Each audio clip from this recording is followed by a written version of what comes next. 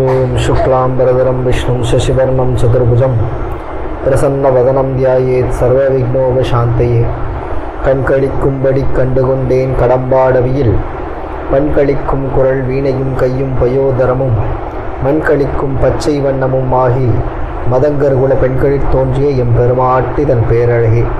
அழகுக்கு ஒருவரும் ஒவ்வாத வள்ளி அருமறைகள் பழகிச் வந்த பதாம்புயத்தாலான அன்னை பராசக்தியினுடைய திருவடிகளை என் மனதில் நிறுத்தி அவள் திருவருள் சங்கல்பத்தினால் இங்கே இந்த அனுபவத்திற்காக கூடியுள்ள உங்கள் ஒவ்வொருவரையும் வாழ்த்தி வணங்கி இந்த அபிராமி அந்தாதி தொடர் விளக்க வகுப்பிலே அம்புதாதனத்து அம்பிகையே என்று பேசுவதற்கு மேற்கொள்கிறேன்.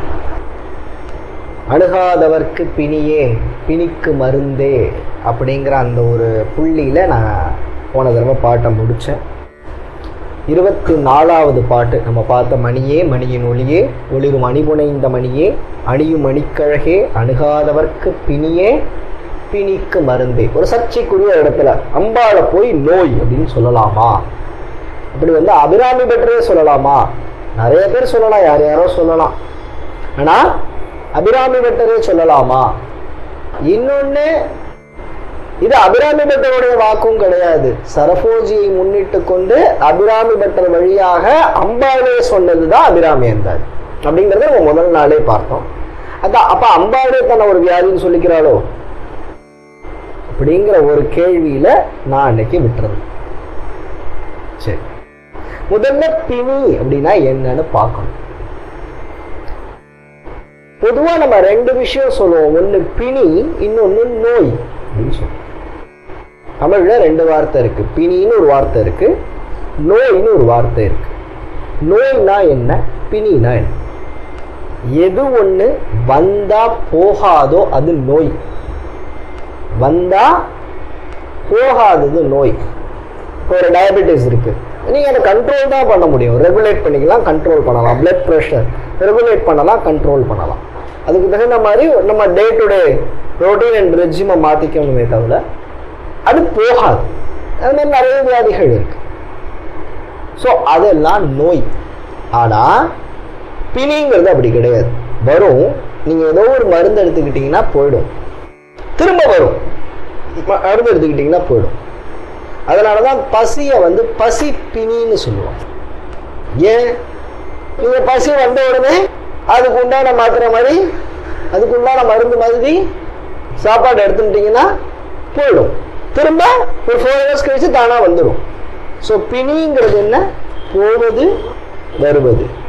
உறங்குதல் போலும் சாக்காடு, உறங்கி விழித்தல் போலும் பிறப்பு. இப்ப பிறப்புங்கிறது என்ன? பிறப்புங்கிறது பிணி. போகும் வரும், போகும் வரும்.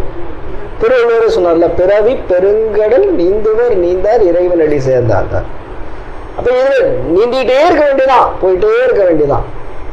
சூஃபி ஞானி உமர் கய்யாம்னு இருந்தார். இந்த உமர் கய்யாமனுடைய கவிதைகள் ரொம்ப அழகா இருக்கும். இந்த உமர் கய்யாமுடைய கவிதைகள்ல ஒரு இது வரும். இந்த கண்ணே ரஹ்மானே அப்படின்னு ஒரு கவிதை பாடுவார். அவர் என்ன சொல்றாருன்னா, ஆழ்கடல் காக்கை போல் அலைந்தேனே கண்ணே ரஹ்மானே அப்படின்வார். ஆழ்கடல்ல காக்கை இருக்குமா? இருக்காது. காக்கை எங்க இருக்கும்? ஆழ்கடல்ல ஒரு காக்கா இருக்கணும். எப்படி இருக்கும்? ஒண்ணு ஒரு தீவுல இருக்கணும், அப்படி இல்லைன்னா ஒரு கப்பல்ல போகணும். ஒரு காக்கா என்ன பண்ணுச்சு, ஒரு கப்பல் ஒரு இதுல நின்றுது, ஒரு ஹார்பர்ல நின்றுச்சு. அந்த கப்பலோட மேல போய் உட்காந்துக்குச்சு. இந்த கப்பல் பார்த்தீங்கன்னா கப்பல் பெருசா இருக்கும், அது பெருசா நகர்ந்து போறதே தெரியாது.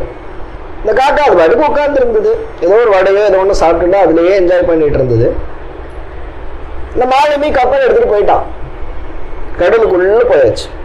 போன உடனே இந்த காக்கைக்கு அப்பதான் பிரஜை வந்துச்சு. ஐயோ, நிலத்தை விட்டு ரொம்ப தூரம் வந்துட்டோமே அப்படின்னு வந்த உடனே, சரி எப்படியாவது பறந்து நிலத்துக்கு போயிடணும், இங்க இருந்தா எப்படி இருக்கு என்னன்னு தெரியாது சூழ்நிலை அப்படின்னு பறக்க ஆரம்பிச்சிச்சான்.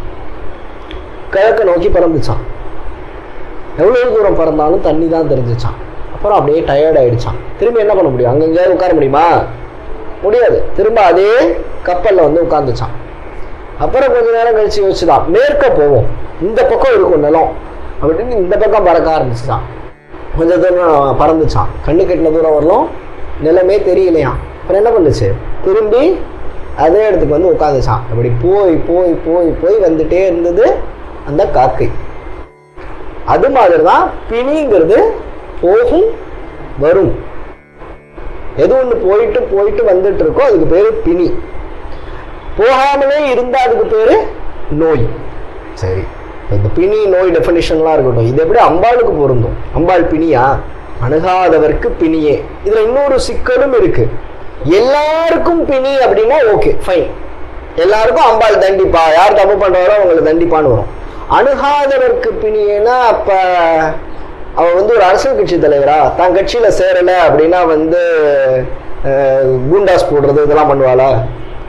எல்லாரும் தன்னை நினைக்கணும்னு யோசிச்சானா அம்பாள் செல்ஃபிஷ் ஆயிட மாட்டாளா? எல்லாரும் தன்னை பத்தியே புகழ்ந்து பாடணும்னு சொன்னா புகழ் விரும்பியா ரொம்ப வேட அற்பமாயிட மாட்டாளா? இப்ப அணுகாதவர்க்கு பிணியேங்கிறத எப்படி புரிஞ்சுக்கணும்? இந்த இடத்துல பிணிங்கிறது நோய் வியாதியை தான் குறிக்கிறது. நம்ம இந்தியால ஒரு சாஸ்திரம் இருக்கு. அந்த சாஸ்திரத்துக்கு வாஸ்து சாஸ்திரம்னு பேரு. ரொம்ப சர்ச்சைக்குரிய ஒரு சாஸ்திரம். இந்த வாஸ்து சாஸ்திரம்ங்கிறது என்ன? அது எதுக்கு வாஸ்து சாஸ்திரம்? முதல்ல வாஸ்து வீடுகளுக்கு பொருந்துமா? அதாவது வாஸ்து அப்படிங்கிறது ஒரு நகர நிர்மாணத்துக்கும் அந்த நகரத்தில் இருக்கக்கூடிய ஒரு கோவிலுடைய நிர்மாணத்துக்கும் அந்த நகரத்தை ஆட்சி செய்யக்கூடிய அரசனுடைய அரண்மனை கோட்டை எல்லாம் இருக்கும் இல்லையா, இதுக்கான சாஸ்திரம். நம்ம வீடுகளுக்கானதே இல்லை. ஃபர்ஸ்ட் ஆஃப் ஆல், எந்த இடத்துல அதிகார மையம் இருக்கோ அதுக்கான சாஸ்திரம். எந்த ஊர் எடுத்தீங்களாலும் அந்த ஊரினுடைய ஈசான திக்குல சுடுகாடு இருக்கணும். இது வாஸ்து சாஸ்திரம். அந்த ஊரினுடைய நீர்நிலைகள் அந்த ஊரினுடைய தென்கிழக்கு மூலையில இந்த வடகிழக்கு மூலையில இருக்கணும். இது வாஸ்து சாஸ்திரம். வீடுகளுக்கு வாஸ்து சாஸ்திரம் பொருந்தாது. சரி, அதுல வந்து நீங்க கேலண்டர் எல்லாம் திருப்பி பார்த்தீங்க, இந்த டெய்லி ஷீட் கேலண்டர் எல்லாம் திருப்பி பார்த்தீங்கன்னா பின்னாடி போட்டிருப்பான் 2 அடி 3 அடி 5 அடி 11 அடி வைத்தால் பால் சாதம் உண்டு, 13 அடி வைத்தால் லட்சுமி கடாட்சம் உண்டு, இப்படி எல்லாம் போட்டிருப்பான். இது எந்த அடி இல்ல? அதாவது இந்த ஒரு ஃபீட். இந்த மெஷரிங் சிஸ்டத்துக்கு பேரு இம்பீரியல் மெஷரிங் சிஸ்டம், இல்லைன்னா பிரிட்டிஷ் சிஸ்டம்னு பேரு.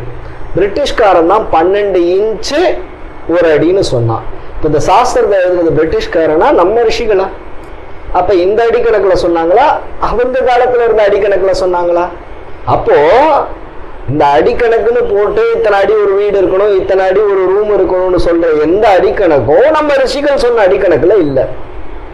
ஏன் இந்த அங்குஷ்டம், நம்ம அங்குலம்னு சொல்றோம்ல, இந்த அங்குலம்ங்கிறது சம்ஸ்கிருத வார்த்தையான அங்குஷ்டல இருந்து வந்தது. அங்குஷ்டனா ஒரு கட்டவரல் அளவு. 12 கட்டவரல் அளவு வைங்க, ஒரு அடி வராது, கூட வரும். இதுதான் 1 இன்ச்சுன்னு சொல்லுவோம். ஆனா அங்குஷ்டங்கிறது இவ்வளவு. அப்போ ஒரு அங்குலம்ங்கிறது இது. ஒரு அடிங்கிற அளவு ஒரு மன்னனுடைய காலத்திலையும் ஒவ்வொரு ஆட்சி மாற்றம் ஏற்படும் போது மாறிக்கிட்டே இருக்கும்.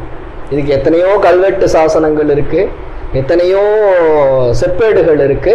சோழ மன்னனுடைய காலத்துல, குலோத்துங்கன் காலத்துல இந்த அளவு, ராஜராஜன் காலத்துல இந்த அளவு, ஒரு பர்டிகுலர் கோயில் இல்லைன்னா ஒரு பர்டிகுலர் ஊருக்கு இந்த அளவு அப்படிங்கிற அளவு குறிகள் இருக்கு. நீங்க சில கோவில்கள்ல போய் பாத்தீங்கன்னா ஒரு பிளஸ் சைன் போட்டிருக்கோம், ஒரு வட்ட சைன் போட்டிருக்கோம். அந்த பிளஸ் சைனுங்கிறது ஒரு விதமான அளவு, வட்டம் போட்டிருந்தா வேற விதமான அளவு. நஞ்சை நிலத்தை எப்படி அளக்கணும், புஞ்சை நிலத்தை எப்படி அளக்கணுங்கிற அளவைகள் மாறி இருக்கு. ஸோ அதனால வாஸ்து சாஸ்திரம் இன்னைக்கு நம்ம வீடுகளுக்கு சொல்லிட்டு நிறைய இது அது இப்படி பார்க்கணும், அது பார்க்கணும், இது பார்க்கணும்லாம் சொல்றாங்க இல்லையா, அது வீடுகளுக்கு பொருந்துறது இல்லை. அது ஒரு ஊருக்கு பொருந்துறது. ஏன்னா ஒரு ஊருக்கு தான் அந்த ஊரினுடைய சூரிய ஒளியினுடைய திசை இருக்கும், காற்றினுடைய திசை இருக்கும். சே ஃபார் எக்ஸாம்பிள், எந்த பக்கத்துல இருந்து அதிகமா காத்து அடிக்குமோ, அதாவது காத்து ஊருக்குள்ள நுழைகிற பகுதி இருக்கு இல்லையா, எந்த ஊருக்குள்ளேயும் காத்து நுழைகிற பகுதின்னு ஒண்ணு இருக்கும். அதாவது வடமேற்குல இருந்து ஒரு காத்து வருது அப்படின்னா வடமேற்கு திசையில சுடுகாடை வச்சா அங்க எரியக்கூடிய பிணப்புகை எங்க வரும்? ஊருக்குள்ள வரும். அப்ப சுடுகாடை எங்க வைக்கணும்? ஊருக்குள்ள படாம எப்படி வெளியில போகுமோ அந்த பக்கம் வைக்கணும். இதுதான் வாஸ்துவினுடைய அடிப்படை. எந்த ஒரு ஊர்லயுமே நீரோட்டம் எதை நோக்கி இருக்கும்? நம்ம இந்தியா முழுக்க எடுத்துக்கோங்க, நீரோட்டம் எதை நோக்கி இருக்கும்? எங்கேயுமே நீரோட்டம் கடலை நோக்கி இருக்கும். எங்கேயுமே நீரோட்டம் எதை நோக்கி இருக்கும்? கடலை நோக்கி இருக்கும். ஏன்? நிலப்பரப்பு நடுவுல மேடா இருக்கும், கடலை நோக்கி சரிஞ்சு போகும். சோ நீரோட்டம் எதை நோக்கி இருக்கும்? கடலை நோக்கி இருக்கும். அப்ப கடல் இருக்கிற பக்கம் நேச்சுரலா நிலம் வந்து கீழ் நோக்கி இருக்குமா? அப்போ அந்த இடத்துல நீர் போனுச்சுன்னா அங்க ஒரு நீர்நிலை தோண்டுனா அந்த இடத்துல நீரை தேக்கிறது எளிது. இப்படி ஒரு நகர நிர்மாணத்துக்கும் ஒரு கோவில் கட்டணும்னா அந்த கோவிலுக்கு ஒரு ஆகமம் இருக்கும். அந்த ஆகமத்தையும் வாஸ்து சாஸ்திரத்தையும் பேஸ் பண்ணி கோவில்கள் கட்டுவாங்க. ஏன்னா இன்னைக்கு நம்ம போன்ல கூட காம்பஸ் அப்படிங்கிற ஒரு டிவைஸ் இருக்கு. காம்பஸ் ஒரு டிவைஸ் இருக்கு. இந்த காம்பஸை வச்சு எது தெற்கு எது வடக்குன்னு ஈஸியாக கால்குலேட் பண்ணிட முடியும். இப்போ அன்னைக்கெல்லாம் கால்குலேட் பண்ணணும்னா அவ்வளோ ஈஸியாலாம் பண்ணிட முடியாது. ஒரே இடத்துல ஒரு கடப்பாறை ஊனணும். 180 நாள், அதாவது ஒரு அயனம், எதர் தட்சிணாயனம் ஒரு உத்தராயணம். அந்த கடப்பாறையினுடைய நிழல் எங்க விழுதுன்னு ட்ராக் பண்ணணும். ஒரே நேரத்தில் ட்ராக் பண்ணணும். ட்ராக் பண்ணி அது எந்த இடத்துல இருந்து எந்த இடம் விழுதோ அதுல சரிபாதியா நடுவில் எடுத்தீங்கன்னா அதுதான் கிழக்கு மேற்கு. இப்படிதான் கால்குலேட் பண்ணியிருக்காங்க. ஸோ இவ்வளவு நுட்பமா ஒரு விஷயத்தை கால்குலேட் பண்ணோம்னா அதுக்கு நிபுணர்கள் இருந்தாங்க. இது எந்த திசையில சூரிய வெளிச்சம் கரெக்டா போய் வருது, எப்படி நம்ம இந்தியாவினுடைய எல்லா கோயில்களும் சரியா கிழக்கு மேற்குலையும் சரியா வடக்கு தெற்குலையும் இருக்கு. இந்த மாதிரியான திட்டமிட்ட கால்குலேஷன்னால இருக்கு. இதுக்கு வாஸ்து சாஸ்திரம் பயன்படுது. நம்ம வீடுகளுக்கு கிடையாது. வீடுகளுக்கே அதுக்கு பொருந்தாத போது பிரமிட் எப்படி பொருந்தும்? பிரமிடுங்கிறது மன்னர்களுடைய பிணவரை, அது எப்படி நம்ம வீட்டுக்கு பொருந்தும்? இதுக்கு உள்ள வைக்கிற பொருள் கெடாதுன்னா பாட்டில் மூடியெல்லாம் பிரமிட் ஷேப்ல பண்ணுங்க. உள்ள வைக்கிற ஊறுகாய் கெடாம இருக்கான்னு டெஸ்ட் பண்ணுங்க. ஸோ இது எல்லாமே எப்படி வாஸ்துங்கிறதே வீடுக்கு பொருந்தாதோ அப்போ அவ்வளோ முட்டாளா இருக்கக்கூடிய நம்முடைய முட்டாள்தனத்துக்கு இன்னும் அப்படி சொல்றது பாலிஷ் போடுறது தான் இந்த வேலையெல்லாம். நம்ம நாட்டினுடைய நம்ம சீதோஷ்ண நிலைக்கோ எகிப்தினுடைய சீதோஷ்ண நிலைக்கோ ஏதாவது சம்பந்தம் இருக்கா? நம்ம நாட்டினுடைய நில அமைப்புக்கோ எகிப்தினுடைய நில அமைப்புக்கோ சம்பந்தம் இருக்கா? எந்த சம்பந்தமும் கிடையாது. அப்படி எந்த சம்பந்தமும் இல்லாத ஒரு விஷயத்துல இருந்து ஒன்று அடாப்ட் பண்ணா நமக்கு எப்படி பொருந்தும்? டெய்லி காலையில பீஸா சாப்பிடுங்க. ஏன் ஒத்து வராது? பிரமிட் ஒத்து வரும், பீஸா எப்படி ஒத்து வராது? நம்மளும் மாறிடலாமே. டெய்லியும் பீட்சா ஃப்ரெஞ்ச் ஃப்ரைஸ், மத்தியானத்தில் ஒரு எல்லாரும் பேசாம ஆம்லேட்டுக்கும் பீஃபுக்கும் போக்குக்கும் மாறிடலாமே. நல்ல புரோட்டீன், நிஜமாவே நல்ல புரோட்டீன். அது நமக்கு ஒத்து வராது. நம்முடைய உடல் அமைப்பு வேற, நம்முடைய சீதோஷ்ண நிலை வேற, நாம வாழக்கூடிய சூழ்நிலை வேற, நம்முடைய வாழ்க்கை முறை வேற. எத்த தின்னா பித்தந்தடிங்கிற பைத்தியகாரத்தனமான மனோநிலையில இருந்தா இதெல்லாம் தான் யூஸ். சரி, நம்ம பின்னிக்கு வருவோம். ஸோ அப்போ வாஸ்து சாஸ்திரம்ங்கிறது அடிப்படையில் எதை கால்குலேட் பண்ணுது? சூரிய வெளிச்சம் எப்படி போய் வருது, காற்று எப்படி போய் வருது, அந்த இடத்துல நீரோட்டம் எப்படி இருக்கு, நீர் எங்க பயன்படுத்தலாம் அப்படிங்கிறத பொறுத்து இருக்கு. ஒரு வீட்லையும் நம்ம இவ்வளவுதான் கால்குலேட் பண்ணணும். நீங்க எவ்வளவு வாஸ்து சாஸ்திரப்படி வேணாலும் வீடு கட்டி எல்லா ஜன்னலையும் சீல் பண்ணிட்டு ஏர் கண்டிஷன்ல 24 மணி நேரமும் இருங்க, உங்களுக்கு பிணி வரும். வாஸ்து சாஸ்திரப்படி கட்டிட்டீங்க, ஏதாவது வரக்கூடாது. அப்ப வாஸ்துங்கிற அடிப்படையே காற்றோட்டமும் சூரிய வெளிச்சமும் உள்ள வரும். ஏன்? காற்றோட்டம் இருக்கிற இடத்துல நல்ல வென்டிலேஷன் இருக்கும், நம்ம மூச்சு சீரா இருக்கும், மனசு சீரா இருக்கும். தண்ணியை ப்ராப்பரான இடத்துல ப்ராப்பரா வச்சிருந்தோம்னா அந்த இடத்துல மைக்ரோப்ஸ் வளராது. தண்ணி இருந்தா ஒரு குறைஞ்சபட்சம் காணா பூஜை வந்துருதுல்ல. ஸோ அப்ப எந்த ஒரு ஜீவராசி வளரணும்னாலும் அந்த இடத்துல ஒரு ஈரப்பதம் தேவைப்படுது. அப்போ அந்த ஈரப்பதத்தை எங்க மெயின்டைன் பண்ணணுமோ அதை சரியா மெயின்டைன் பண்ணணும். அதையும் மீறி ஈரமாயிடுச்சா சூரிய வெளிச்சம் உள்ள வந்தா அது ஒரு நல்ல டிஸ்இன்ஃபெக்டண்டா இருக்கும், கிருமிகளை அழிக்கும். இது எல்லாருக்கும் தெரியும். இப்ப சூரிய வெளிச்சம் வந்துட்டு இருக்கு, நான் ஜன்னலை சாத்தி வச்சிருக்கேன். யார் பண்ண தப்பு? சாத்தினவங்களுடைய தப்பு. அப்போ சூரிய வெளிச்சம் எல்லாருக்கும் பொதுவாக தானே அடிக்குது. நான் அதுகிட்ட இருந்து திரும்பிக்கிட்டேன்னா அது நான் பண்ண தப்பு. எனக்கு வியாதி வருதுன்னா அதுக்கு சூரியன் காரணமா நான் காரணம். அப்போ அம்பாளுடைய அருளும் சூரிய வெளிச்சம் மாதிரி வந்துட்டு தான் இருக்கு. நான் அதுல இருந்து என்ன திருப்பிக்கிட்டேன்னா அந்த அருள்ல இருந்து நான் டைவர்ட் ஆகும்போது எப்படி சூரியன்ல இருந்து நான் விலகுனா எனக்கு வியாதி வருமோ அது மாதிரி இயல்பா வியாதி வரும். ஸோ இப்போ புரியுதா? அணுகாதவருக்கு பிணியேனா அம்பாள் என்னமோ தங்கிட்ட வரலன்னா தான் வியாதி கொடுப்பான்னு கிடையாது. You keep aside of her. நீங்க அவளிலிருந்து விலகி இருந்தீங்கன்னா இயல்பா வரக்கூடிய எல்லா குழப்பமும் வரும். இப்போ சமீபத்தில் கூட ஒரு சர்ச்சை போயிட்டு இருக்கு, குழந்தைங்களுக்கு பாவ புண்ணியத்தை பத்தி எல்லாம் சொல்லி தரணுமா அப்படிங்கிற சர்ச்சை நான் முதல் நாளே கூட சொல்லியிருந்தேன். பாவம் வரும் புண்ணியம் வரும் அப்படிங்கிற அந்த பிரஜை, அந்த கான்சியஸ்னஸ் எனக்கு இல்லை, அந்த கன்சர்ன்ஸ் எனக்கு இல்லை அப்படின்னா நான் எளிமையா தப்பு பண்ணுவேன். நான் எளிமையா தப்பு பண்ணுவேன். எப்பா இதை பண்ணா என்னப்பா ஆக போகுது, நான் ஏன் நல்லதுக்காக பண்றேன் அப்படின்னு எந்த தப்பை வேணாலும் நியாயப்படுத்த முடியுமே. எந்த தப்பை வேணாலும் நியாயப்படுத்த முடியும். நான் எனக்காக பண்ணப்பா, இதுல இருந்து என்ன வரப்போகுது அப்படின்னு பாவமோ புண்ணியமோ படியாத மனசுல ஒழுக்கம்ங்கிறது படியாது. ஏன்னா யாருமே பார்க்காத இடத்துல தப்பு செய்யறதுக்கு உண்டான சந்தர்ப்பம் இருந்தா கூட இந்த பாவ புண்ணியம் எனக்கு ஏதோ ஒண்ணு இன்டைரக்டா வரும் அப்படிங்கிற அந்த ஒரு கன்சைன்ஸ் நம்மளை ஒழுங்குபடுத்தும்.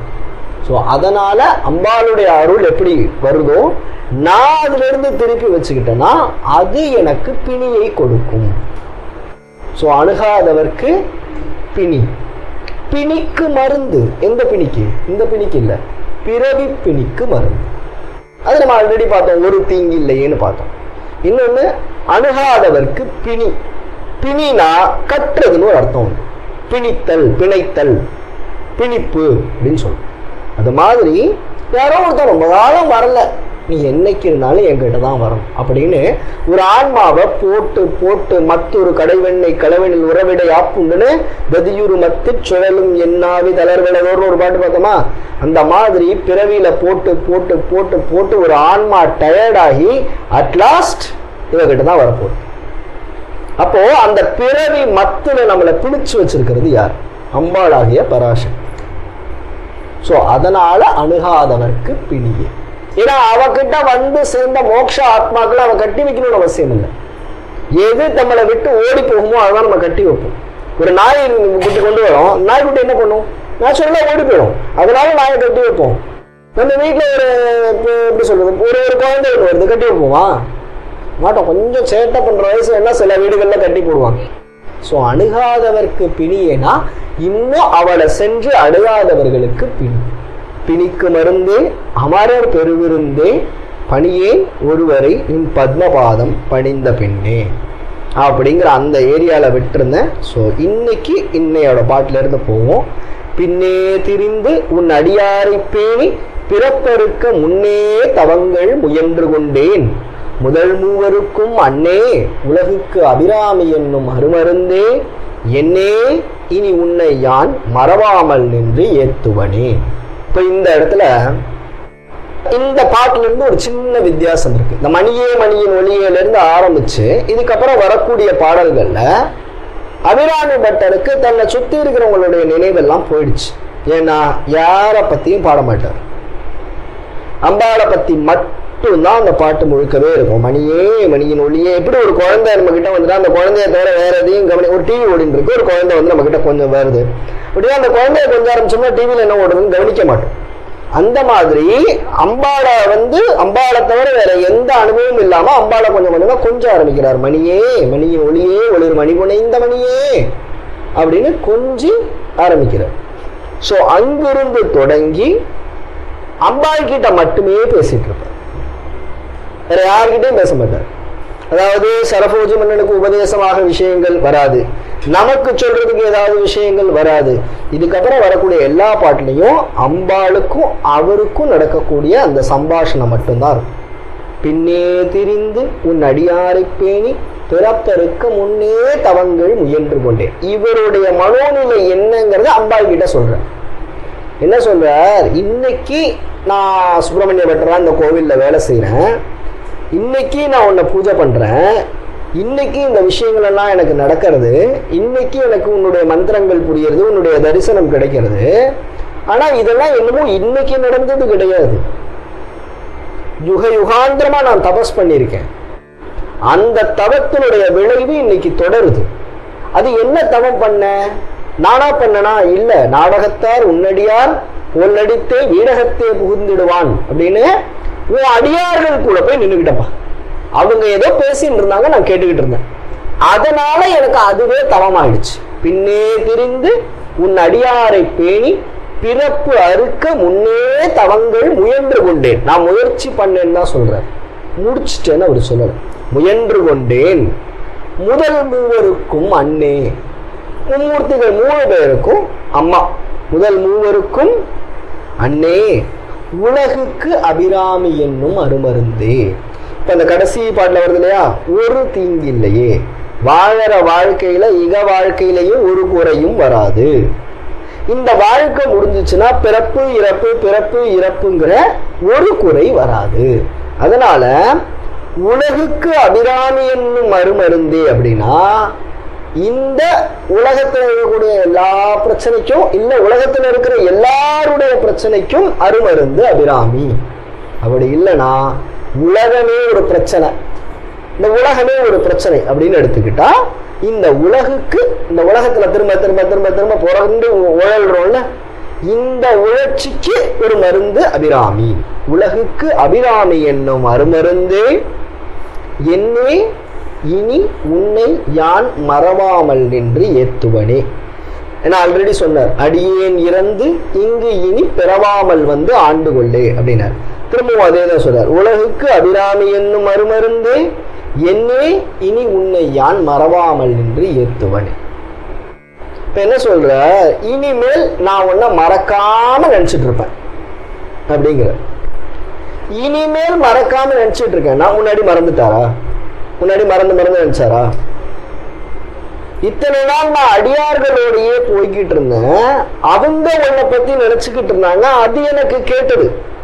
2 பேர் ராமநாம ஜபம் பண்ணிட்டு இருக்காங்க, நான் பக்கத்துல உட்காந்து கேட்டுட்டு இருக்கேன். அப்படின்னா எனக்கு அந்த ராமநாம ஜபத்தை கேட்டதோட புண்ணியம் கிடைக்கும்.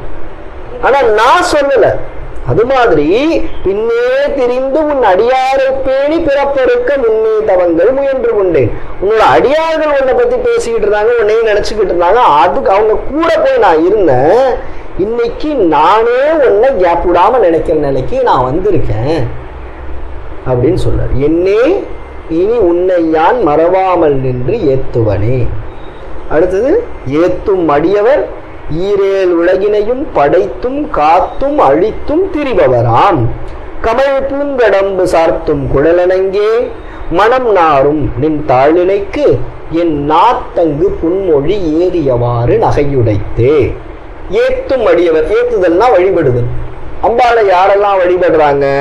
ஏத்தும் அடியவர் ஈரேல் உலகினையும் படைத்தும் காத்தும் அழித்தும் திரிபவராம்.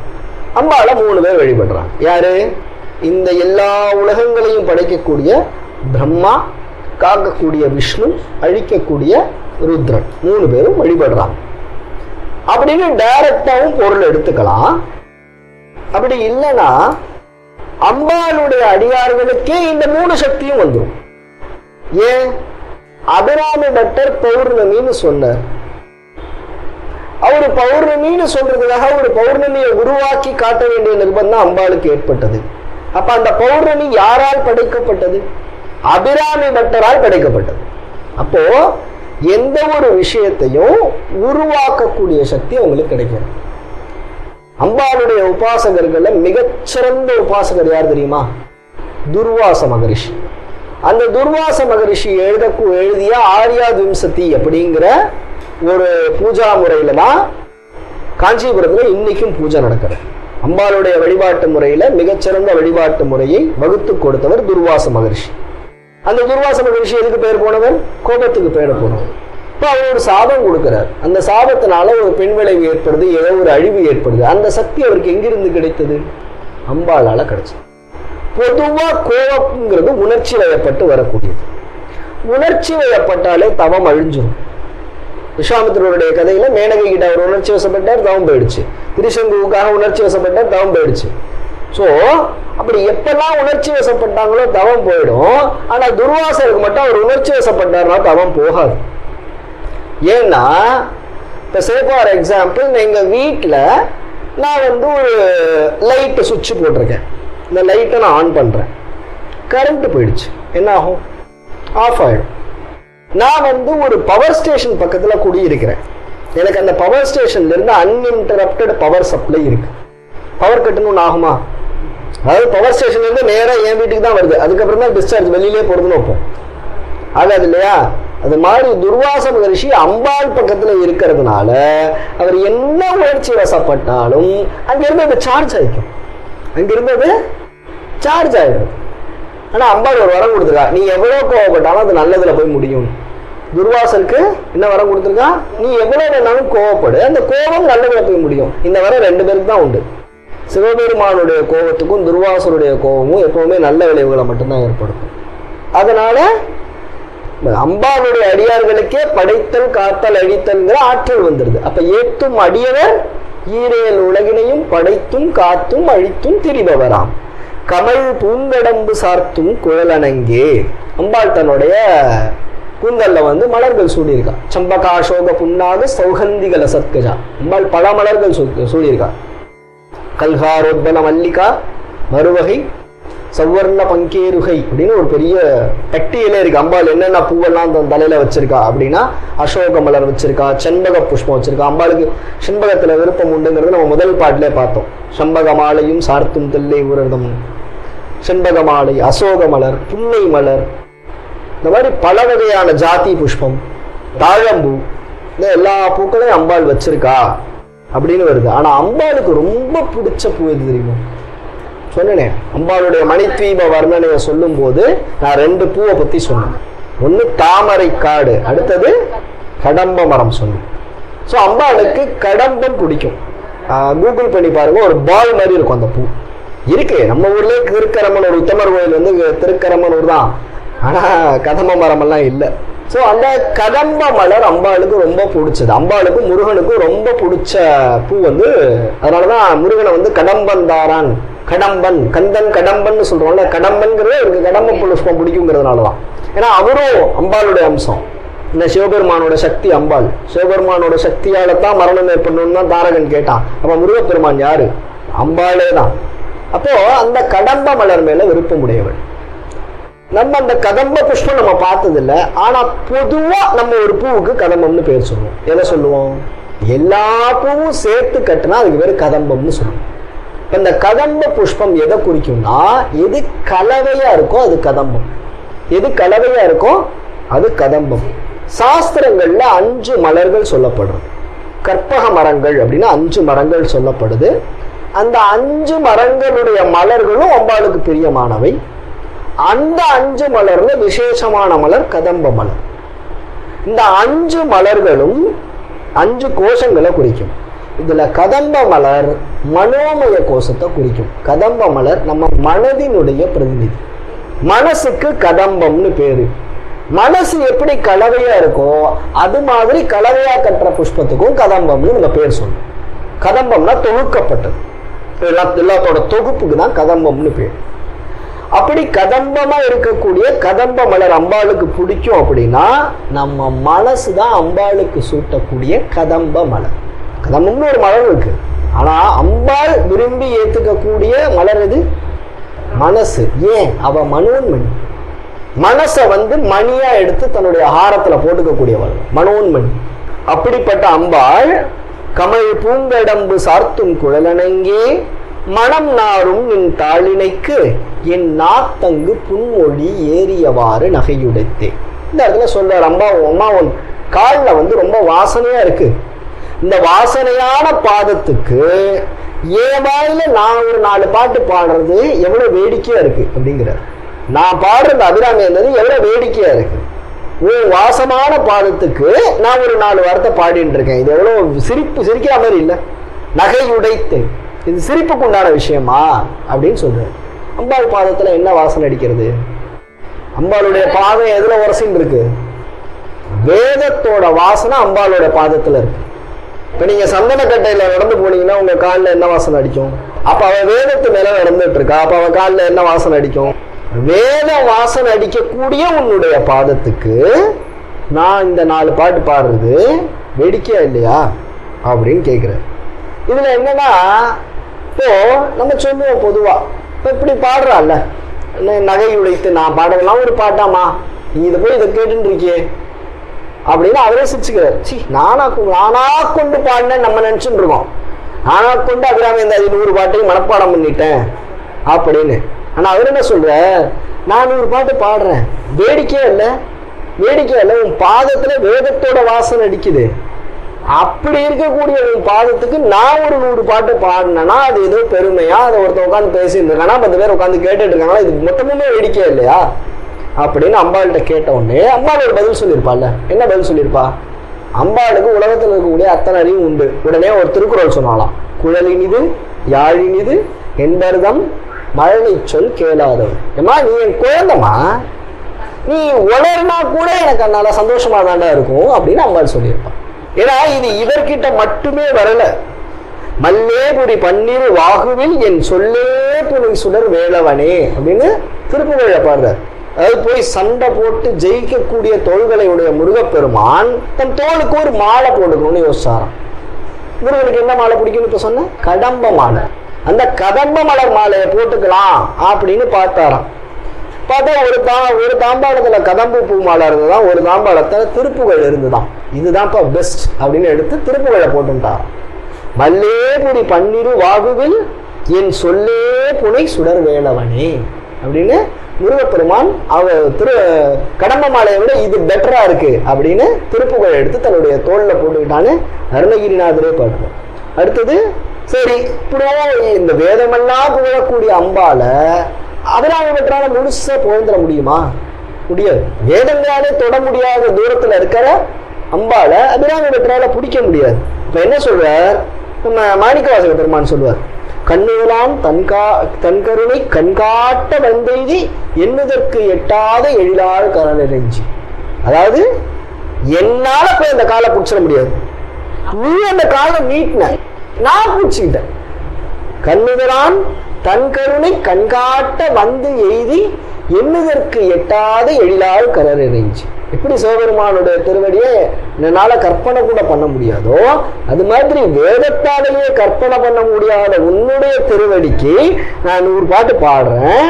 இது எப்படி சாத்தியப்பட்டுச்சு? முன்னால சாத்தியப்பட்டுச்சு. நான் பாடுறேன் நான் நினைச்சுக்கிட்டா அது எவ்வளவு வேடிக்கை இல்லை? இப்ப நான் சொல்றேன், எத்தனையோ கோயிலுக்கு நம்ம போறோம், நம்ம என்ன நினைப்புல போறோம்னா நம்ம போனதுனால அந்த கோயிலுக்கு வருமானம், நம்ம போனதுனால அந்த கடவுளை நம்ம காப்பாற்றுவோம்னு நினைச்சுக்கிறோம். நம்ம போறதுனால நம்ம காப்பாத்துறோம் நினைச்சுக்கிறோம். நானா கொண்டு இந்த பூ வாங்கிட்டு போனேன், இல்லைன்னா அந்த சுவாமிக்கு எதுவுமே இல்லை தெரியுமா, அந்த விளக்கு போட கூட ஆள் இல்லை, நானா கொண்டு போய் டெய்லி போட்டுட்டு வரேன். இது எவ்வளவு பைத்தியகாரத்தனமான விஷயம் இல்லை? ஒரு குதிரை, அந்த குதிரை நல்லா உழைச்சிருச்சு. இந்த குதிரை வண்டிக்காரன் பார்த்தான், போருண்டா இனிமேட்டு இந்த குதிரையை ஒன்றும் பண்ண முடியாது, இப்போ என்ன பண்ணலாம் சரின்னு சொல்லிட்டு என்ன பண்ணான், அந்த குதிரையை ஒரு காட்டு பக்கமா போய் அவுத்து விட்டான். இப்போ போய் ஏதோ சாப்பிட்டுக்கோ, நீயே மேய்ஞ்சிரு, நீயே வாழ்ந்து நீயே முடிஞ்சிரு அப்படின்னு அவுத்து விட்டான். இதே ஒரு குதிரை இருக்கு, அந்த குதிரைக்கு ஒரு கொழுப்பு உண்டு. என்னன்னா மற்ற குதிரையெல்லாம் பார்த்து அது பேசுமா, நானா கொண்டு வண்டி தூக்குற அளவுக்கு இவ்வளோ ஸ்ட்ராங்கா இருக்கேன். அப்படி சொல்ற குதிரைக்காரன் என்ன பண்ணுவான், நல்லா கொள்ளும் புல்லும் கொடுத்து வண்டியில பூட்டி ஓட்டுவான். இந்த குதிரைக்கு என்ன நினைப்பு, நானா கொண்டு இழுக்கிறனாக்கும் அப்படின்னு நினைக்கும். குதிரைக்காரனுக்கு என்ன நினைப்பு, அதனாலதான் கொள்ளு கொடுக்குறேன், அதனாலதான் கொள்ளு கொடுக்குறேன். அதே மாதிரிதான் யாரெல்லாம் இந்த மனோபாவத்தில் இருக்காங்களோ அவங்களுக்குலாம் வேணுங்கிறதெல்லாம் கொடுத்து நீ அங்கேயே இரு, உனக்கு விடுதலையே கிடையாது, கடைசி வரைக்கும் இந்த வண்டியை இழுத்துட்டு ஓட்டிக்கிட்டே இரு அப்படின்னு பண்ண விட்டுருவா. அவ்வளவுதான். சரி, உடைத்தனை வஞ்ச பிறவியை உள்ளம் உருகும் அன்பு படைத்தனை பத்ம பதயுகம் சூடும் பணியனக்கே அடைத்தனை நெஞ்சத்து அழுக்கையெல்லாம் என் அருட்புணரால் துடைத்தனை சுந்தரி நின்னருள் ஏதென்று சொல்லுவது. இது எல்லா பாட்டுமே பார்த்தீங்கன்னா அம்பாள்கிட்ட பேசிட்டு இருக்காரு. அம்மா உன்னை பத்தி பாடுறது வேடிக்கையா இல்லையா, உன்னை பத்தி நான் நினைக்கிறது எவ்வளவு இப்படி இருக்கு, நீயா பார்த்து ஏதாவது செஞ்சு கொடுக்கணும், இப்படி எல்லாமே அம்பாள் கிட்ட பேசுறதாவே இருக்கும். அப்படின்னா என்ன அர்த்தம்? இப்போ கதை நடக்கிற இடத்துக்கு போகணும். கதை நடக்கிற இடத்துல யார் இருக்கார்? அபிராமி பெற்ற இருக்கார். சுத்தி பெரிய படையே இருக்கு. நடுநாயகமா சரபோஜி மன்னர் உட்கார்ந்து இருக்கார். இந்த கோயில்ல இருந்து வந்த சிப்பந்திகள் அதிகாரிகள் அவங்க எல்லாம் ஒரு பக்கம் இருந்திருப்பாங்க. இதெல்லாம் போக சோசியல் மீடியால போட்டிருந்தா லைவ் ஒரு 4 பேர் பண்ணிட்டு இருப்பான். இதெல்லாம் நடந்துட்டு இருக்கிற இடத்துல அபிராமி பெற்ற என்ன பண்ணிட்டார், இது மொத்தத்தையும் மறந்துட்டார். அம்பாள்கிட்ட மட்டும் இந்த சம்பாஷணம் நடந்துக்கிட்டு. இப்ப சொல்லுங்க, அபிராமி பட்டர் அபிராமி அந்தாதிய பாடினாரா இல்ல அபிராமி அந்தாதிங்கிற ஒரு விஷயம் நிகழ்ந்தது அதை வேற யாரோ எழுதி நம்ம கொடுத்துருக்காங்க? அப்போ இந்த மாதிரி ஒரு விஷயம் நடக்கும். ஏன்னா இப்ப கீதை எடுத்துக்கோங்க, கிருஷ்ணனும் அர்ஜுனனும் பேசிக்கிட்டாங்க, பக்கத்துல யார் எழுதுனா?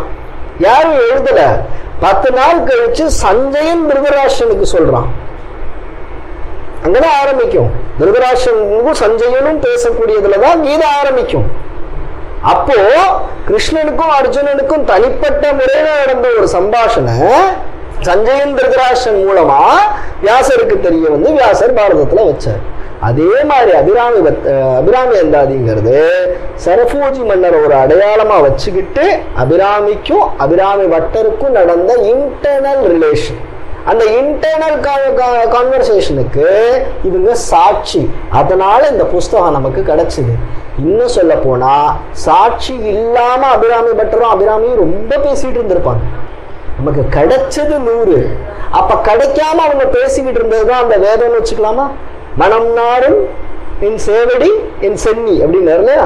அப்போ அம்பாளுடைய பாதத்துல என்ன வாசனை அடிக்கிறது?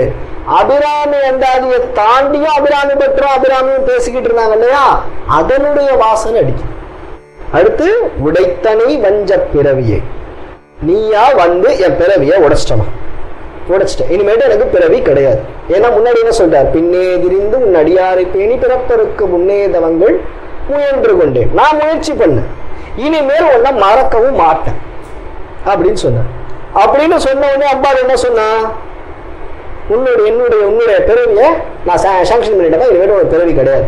பிறவி கிடையாதுன்னு சொன்ன உடனே இவருக்கு என்ன ஆயிடுச்சு? உடைத்தனை வஞ்ச பிறவியை உள்ளம் உருகும் அன்பு படைத்தன். சரி, நான் தபஸ் பண்ணதுனால எனக்கு வந்து கொடுத்தியா? இல்ல. உன் அடியார்களோட சேர்ந்து இருந்ததுனால கொடுத்தியா? இல்ல. உன்னை நான் மறவாமல் நினைக்கிறேனே அதனால கொடுத்தியா? இல்ல. வேதங்களே பாட முடியாத உன் பாடத்தை பத்தி நான் ஒரு பாட்டு பாடினேன் அதனால நினைக்கிறியா? கொடுத்தியா? இல்ல. உள்ளம் உருகும் அன்பு படைத்தன். உன்னோட அன்பு உன்னோட கருணை அதால கொடுத்தியே தவிர மற்ற எந்த காரணமும் அதுக்கு கிடையாது. லலிதா சஹஸ்ரநாமத்துல கடைசியா ஒரு பேர் வரும், அவ்வியாஜ கருணாமூர்த்தி அஜ்ஞான துவாந்த தீபிகா. வியாஜனா காரணம், அவ்வியாஜனா காரணம் இல்லாமல் கருணை செய்வான். இப்படி காரணமே இல்லாம அவ கொடுத்தா அதுக்கு என்ன காரணம்? ஒரே ஒரு காரணம் தான், அவளுடைய கருணை, அன்பு காரணம். உள்ளம் உருகும் அன்பு படைத்தனை. இப்ப இங்க உருகுனது யாருடைய உள்ளம்? அம்பாளுடைய உள்ளம். அபிராமி பட்டருடைய உள்ளம் அவர் ஒரு உள்ள உருகுன்னு அவசியம் கிடையாது, அம்பாளுடைய உள்ளம் உருகுனுச்சு. உள்ளம் உருகும் அன்பு படைத்தனை நீ கொடுத்துட்ட. இப்ப இனிமேட்டு எனக்கு என்ன வேலை? எப்படி இப்ப நான் சாக மாட்டேன், அப்ப எனக்கு என்ன வேலை? பத்ம பதயுகம் சூடும் பணி எனக்கே. உன்னுடைய கால என் தலையில தாங்கிட்டே இருக்கிறது மட்டும்தான் எனக்கு வேலை. பத்ம பதயுகம் சூடும் பணி எனக்கே. இந்த எனக்கேங்கிற அந்த ஏகாரத்தை மாத்தி போடுங்க. பத்மபூத யுகம் சூடும் பணியே எனக்கு. அதை தவிர வேற வேலையே கிடையாது. உன்னுடைய திருவடிகளை என் புத்தியில வச்சுட்டே இருக்கணும், அவ்வளவுதான். இதை வச்சுக்கிட்டு இருந்தா போதும். எதுக்கு? பொழுதுபோக்குக்கு. பொழுது போகணும்ல, அந்த பொழுது போறதுக்கு ஏதாவது ஒண்ணு செய்யணும்ல. அதுக்கு நான் என்ன பண்ண போறேன்? உன் பாதத்தை நான் என் தலையில வச்சுக்கிட்டேன். அடைத்தனை நெஞ்சத்து அழுக்கையெல்லாம் நின் அருட்புணலால் துடைத்தனை. நான் என்ன பண்ணேன்? இப்போ ஒரு இடத்துல அம்பாளுடைய திருவடியை வைக்கணும். இப்போ ஒன்றும் வேண்டாம், வீட்டில் வரலட்சுமி விரதம் இல்லை நவராத்திரி வர்றது, முதல் வேலை என்ன பண்ணுவீங்க? சுத்தம் பண்ணும். அப்படியே வீடு முழுக்க அடிச்சு தூசு தட்டி எல்லாம் பண்ணா கூட கலசம் வைக்கிறதுக்கு முன்னாடி என்ன பண்ணுவோம்? அந்த இடத்த சுத்தம் பண்ணுவோம். ஏன் நம்ம தானே முன்னாடி சுத்தம் பண்ணோம். இப்போ அந்த இடத்த மேலும் மேலும் மேலும் மேலும் சுத்தப்படுத்தி அந்த இடத்த அலங்காரப்படுத்துறதுங்கிறது ஒரு வழக்கம். இப்போ அபிராமி பட்டர் சொல்லிட்டார், அம்மா நீ என் பிறவியை உடைச்சிட்ட, எனக்கு இப்போ வேற எந்த வேலையும் கிடையாது, ரைட்டா? உன் திருவடியை தூக்கி என் தலையில வச்சுக்க போறேன் அப்படின்னு சொன்ன உடனே அம்பாளுக்கு ஒரு சின்ன டவுட் வந்துருச்சான். இப்ப இது மாதிரி நீ வந்து நான் ஒரு இடத்துல வரணும் அப்படின்னா அந்த இடம் சுத்தமா இருக்கணும், ரைட்டா? நீ உன் என் திருவடியை வச்சுக்கிறத தவிர வேற எந்த வேலையும் பார்க்க மாட்டேன்னு சொல்லிட்ட. இப்ப நான் என்ன பண்ணணும்? நான் அங்க வரணும் அப்படின்னா அந்த இடத்த சுத்தப்படுத்தணும். இப்ப நம்ம எல்லாம் என்ன பண்ணுவோம்? ஒரு பஸ்ல போறோம்னு வச்சுக்கோங்க, இல்ல ஏதோ ஒரு பார்க் பெஞ்சில் போய் உட்காடுறோம் அப்படின்னா உடனே அந்த பெஞ்சை சுத்தமா இருந்தா நம்மளே போய் உடனே உட்காந்துருவோம். இல்ல அந்த பெஞ்சில் தூசி படிஞ்சிருந்தா என்ன பண்ணுவோம்? நம்மளே தட்டிட்டு இதர் வேஷ்டியை வச்சோ அல்லது முந்தானையை வச்சோ அல்லது வேற ஏதோ ஒரு துணியை வச்சோ பேப்பரை வச்சோ தட்டிட்டு உட்காருவோம் இல்லையா? இப்ப நான் உன் பாதத்தை சுமக்கிற ஒரு வேலையை மட்டும்தான் செய்வேன்னு ஒரு டிக்ளேர் பண்ணிட்டார். அதனால சுத்தம் பண்ற வேலையை இப்ப அம்பாள்கிட்ட போயிடுச்சு. அதனால அம்பாள் என்ன பண்ணா? தானே அவர் மண்டையை சுத்தம் பண்ணி வந்து உட்கார்ந்துக்கிட்டான். அடைத்தனை நெஞ்சத்து அழுக்கையெல்லாம் நின் அருட்புணரால். உன் அருள்ங்கிற தண்ணிய மழை மாதிரி பெஞ்ச என் மனசுல இருக்கு, நான் அடைச்சு வச்சிருந்த அத்தனை அழுக்கும் போயிடுச்சு. இப்போ நீ வந்து ஜாலியா உட்கார்ந்துக்கிட்ட. அடைத்தனை நெஞ்சத்து அழுக்கையெல்லாம் நின் அருட்புணரால் துடைத்தனை. அப்போ நான் என்ன சொல்லிட்டேன்மா, இதை தவிர நான் வேற எதுவும் பண்ண மாட்டேன் அப்படின்னு சொல்லிட்டேன். பாக்கி சரிடா விடுறா நானே பாத்துக்கிறேன்டா அப்படின்னு பாக்கி எல்லா வேலையும் இழுத்து போட்டு நீ செஞ்சு நீயே அங்கேயும் வந்து உட்கார்ந்து. இப்போ குழந்தைங்க வெளியூர்ல இல்ல வெளிநாட்டுல போய் தங்கி படிக்கிறாங்க. இப்போ ஒரு ஹாஸ்டல் எடுத்து தங்குவாங்க, இல்ல ஏதாவது ஒரு பிரைவேட் வீடு எடுத்து தங்குவாங்க. அப்படி தங்கும் போது இங்க இருந்து இந்த அம்மா கிளம்பி 8 மணி நேரம் 7 மணி நேரம் டிராவல் பண்ணி போவான். 7 மணி நேரம் 8 மணி நேரம் டிராவல் பண்ணி போனா எவ்வளவு டயர்டா இருக்கும். இதுல யார் இளையவர்? பையன் தான் இளையவன், அம்மா வயசானவன். ஆனா இந்த அம்மா அங்க போன உடனே நியாயமா யாரு சமைக்கணும்? பையன் என்ன பண்ணிருக்கணும், அம்மா வருவா அப்படியே அம்மாவுக்கு நம்ம டேஸ்டா சமைச்சு வைக்கணும் அப்படின்னு வைக்கணுமா? வைக்க மாட்டாங்க. இல்ல அப்படியே வச்சிருந்தாலும் அம்மா ஒத்துப்பாளா? ஒத்துக்க மாட்டா. என்னமோ பாக்கி இருக்கக்கூடிய எல்லா நாளும் பையன் பிச்சை எடுத்து சாப்பிடுற மாதிரி இவ போனா மட்டும்தான் அவ சாப்பிடுற மாதிரி ஒரு மன நினைப்பு இருக்கும். அது ஆணவத்துல இருந்து வர்றது. நான் இல்லைன்னா என் புள்ள என்ன பண்ணுவான்? இப்போ இவ்வளவு டயர்ட்ல போனாலும் புள்ள சாப்பிடணுங்கிறதுக்காகவும் தான் சாப்பிடணுங்கிறதுக்காகவும் தான் சாப்பிட்ற சாப்பாடு சேர்ந்து சமைப்பா. அப்போ அந்த பிள்ளையோடைய சாப்பாட்டுக்கும் தன்னுடைய சாப்பாட்டுக்கும் எப்படி தான் பொறுப்பெடுத்துக்கிறாளோ அதே மாதிரி எவ்வளோ டயர்டா இருந்தாலும் அம்பாள் என்ன பண்றா, அவளே போய் தொடச்சு அவளே உட்கார்ந்துக்கிறான். ஓகேயா? நின் அருள் ஏதென்று சொல்லுவது. ஏமா இதை நான் எப்படி எக்ஸ்பிளைன் பண்ண முடியும்? இதை நான் எப்படி எக்ஸ்பிளைன் பண்ண முடியும்? உன்னுடைய முழுமையான கருணைன்னு எடுத்துக்கிறதா, இல்ல ஒரு க்ஷணத்துல உன்னால என் மனசை சுத்தம் பண்ண முடியுங்கிற சக்தின்னு எடுத்துக்கிறதா, இல்ல எப்படி நான் இதை எடுத்துக்கிறது? அப்படியே நான் எடுத்துக்கிட்டாலும் இதை எப்படி நான் வெளியில சொல்ல முடியும்? எங்க அம்மா எனக்காக வந்து இதெல்லாம் செஞ்சு கொடுத்தாங்க அப்படின்னு சொல்றது ஒரு பெருமையா? இல்ல. இதுல எந்த இடத்துல கடமை இருக்கு, எந்த இடத்துல அன்பு இருக்கு, எந்த இடத்துல பாசம் இருக்குன்னு பிரிக்கவே முடியாத ஒரு கலவையான ஒரு உணர்வு தான் தாய்மை. தாய்மைன்னு ஒரு டெபினிஷன் கொடுக்குறோம்ல. தாய்மைங்கிறது பாசமா, அன்பா, காதலா, பற்றா, இது எல்லாம் கலந்து வெவ்வேறு நேரத்துல வெவ்வேறு விதத்துல டாமினேட் ஆகும். சில நேரத்துல அன்பா இருக்கும், நேர அன்பா இருக்கும். சில நேரத்துல பாசமா இருக்கும், ரைட் அம்மா குழந்தை அப்படிங்கிற பாசமா இருக்கும். சில நேரத்துல பற்றா இருக்கும், படுத்து எடுத்துருவா அம்மா, படுத்து எடுத்துருவா. பிள்ளைங்களே சொல்லு, எனக்கு தெரியும் நான் பார்த்துக்கிறேன், நீ கொஞ்சம் வாயை முடிந்து சும்மா இருக்கியா அப்படின்னு குழந்தைங்க சொல்றாங்களா இல்லையா? ஏன் சொல்றாங்க? நம்ம படுத்தல பற்றி பிடிச்சி வச்சுக்கிறோம். ஸோ இது எல்லாம் கலந்த உணர்வுக்கு தான் தாய்மைன்னு பேரு. அதனால தாய்மை வர்ணிக்க முடியாது. இதுதான் அதுல டாமினன்ட், இதுல அன்பு தான் டாமினன்ட், இதுல வந்து பாசம் தான் டாமினன்ட், இல்ல இதுல கடமை உணர்வு, என் புள்ள அதனால நான் செய்யணும், இது என் கடமை அப்படிங்கிற கடமை உணர்வு டாமினன்ட் அப்படின்னு பிரிச்சு இனம் பிரிக்க முடியாது. அப்படி இனம் பிரிக்க முடியாத உணர்வு தாய்மை. அதனால தாய்மையை டிஸ்கிரைபே பண்ண முடியும். அன்பு பாசம் காதல் எல்லாம் கூட கொஞ்சம் டிஃபைன் பண்ணிட முடியும் இதுதான். ஆனா தாய்மையை டிஃபைன் பண்ண முடியாத உணர்வுக்கு தான் தாய்மை, மதர்ஹுட் அப்படின்னு பேர். இந்த தாய்மைங்கிறது பெண்ணுக்கு மட்டும் சம்பந்தப்பட்டதுல ஆணுக்கும் உண்டு. அதனாலதான் சிவபெருமான் தாயுமான சுவாமியா வந்தான். தாயினும் சாலப்பறிந்து அப்படின்னு மாணிக்கவாச பெருமான் பாடுறாங்க. சோ அது மாதிரி தாய்மை உணர்வுங்கிறது இது எல்லாத்தினுடைய தொகுப்பு. அது எல்லாமே ஒவ்வொரு நேரத்துல ஒரு விதத்துல டாமினேட் ஆகும். சோ அந்த மாதிரி உணர்வை எக்ஸ்பிளைன் பண்ண முடியாது. அதனால சுந்தரி நின்னருள் ஏதென்று சொல்லுவது, என்னால சொல்ல முடியாது. ஏதோ ஒரு விதத்துல உணரணும். ஒரு ஸ்டேஜ்ல அது சந்தோஷமா இருக்கும், நம்ம அம்மா நமக்காக செஞ்சு கொடுத்தாலே. இன்னொரு சந்தர்ப்பத்துல அந்த எல்லாம் செஞ்சு முடிச்சுட்டு எப்பா இடுப்பு வலிக்கிறதா அப்படிங்கும் போது இதெல்லாம் தேவையா உனக்கு? உன்னை யார் இதெல்லாம் செய்ய சொன்னா? நான் பாட்டுக்கு 7 ஸ்விக்கியில் ஆர்டர் போட்டிருப்பேன், நீ நானும் 7 சாப்பிட்டுருக்கலாம். வந்தமா கொஞ்சம் ரெஸ்ட் எடுக்க வேண்டியதானே, நாளைக்கு சமைக்க வேண்டியதானே, நீ இன்னைக்கு என்ன அவசரம் அப்படின்னா அதே பையன் சொல்லுவான். ஏன்னா இது எல்லாமே அந்த கலவை உணர்வினுடைய ஒவ்வொரு பரிமாணத்திலிருந்து வரக்கூடிய விளைவு. சொல்லும் பொருளும் என நடமாடும் துணைவருடன் புல்லும் பரிமள பூங்கொடியே நின் புதுமலர்த்தால் அல்லும் பகலும் தொழுமவர்க்கே அழியா அரசும் செல்லும் தவநெறியும் சிவலோகமும் சித்திக்குமே அப்படிங்கிறது அடுத்த பாட்டு. என்ன சொல்ற, இந்த திருவிளையாடல் படம் பார்த்தோம்னா நம்ம எல்லாருக்குமே அந்த தர்மி சீக்வன்ஸ் ஞாபகம் இருக்கும். பிரிக்க முடியாதது பிரிந்தே இருப்பது, சேர்க்க முடியாதது சேர்ந்தே இருப்பது, இது அதெல்லாம் சொல்லுவார். அதுல பிரிக்கவே முடியாதது எது? எல்லாம் அதை கேட்டிருப்போம், ஆனா அதுல என்ன இருக்குன்னு ஞாபகம் இருக்காது. ஏன்னா அது எவ்வளவு ஸ்பீடு டைலாக் டெலிவரி. பிரிக்கவே முடியாதது எது தெரியுமா? ஒரு சொல்லும் அந்த சொல்லோட பொருளும். அந்த சொல் ஒரு பொருளை குறிக்கும் இல்லையா, அந்த பொருளும் அந்த சொல்லும் பிரிக்கவே முடியாததா இருக்கும். இப்போ நான் சே ஃபார் எக்ஸாம்பிள் தாமரை அப்படின்னு சொல்றேன். உங்க மனசுல எல்லா மனசுலையும் தாமரை பூ ஞாபகத்துக்கு வச்சா? நான் ஒரே தாமரை பூ தான், ஒரே ஒரு தாமரை பூ தான் இருக்கா உலகத்துல? இல்லை. ஆனா நீங்க பார்த்த ஒவ்வொரு தாமரையும் உங்க மனசுல வந்துச்சு.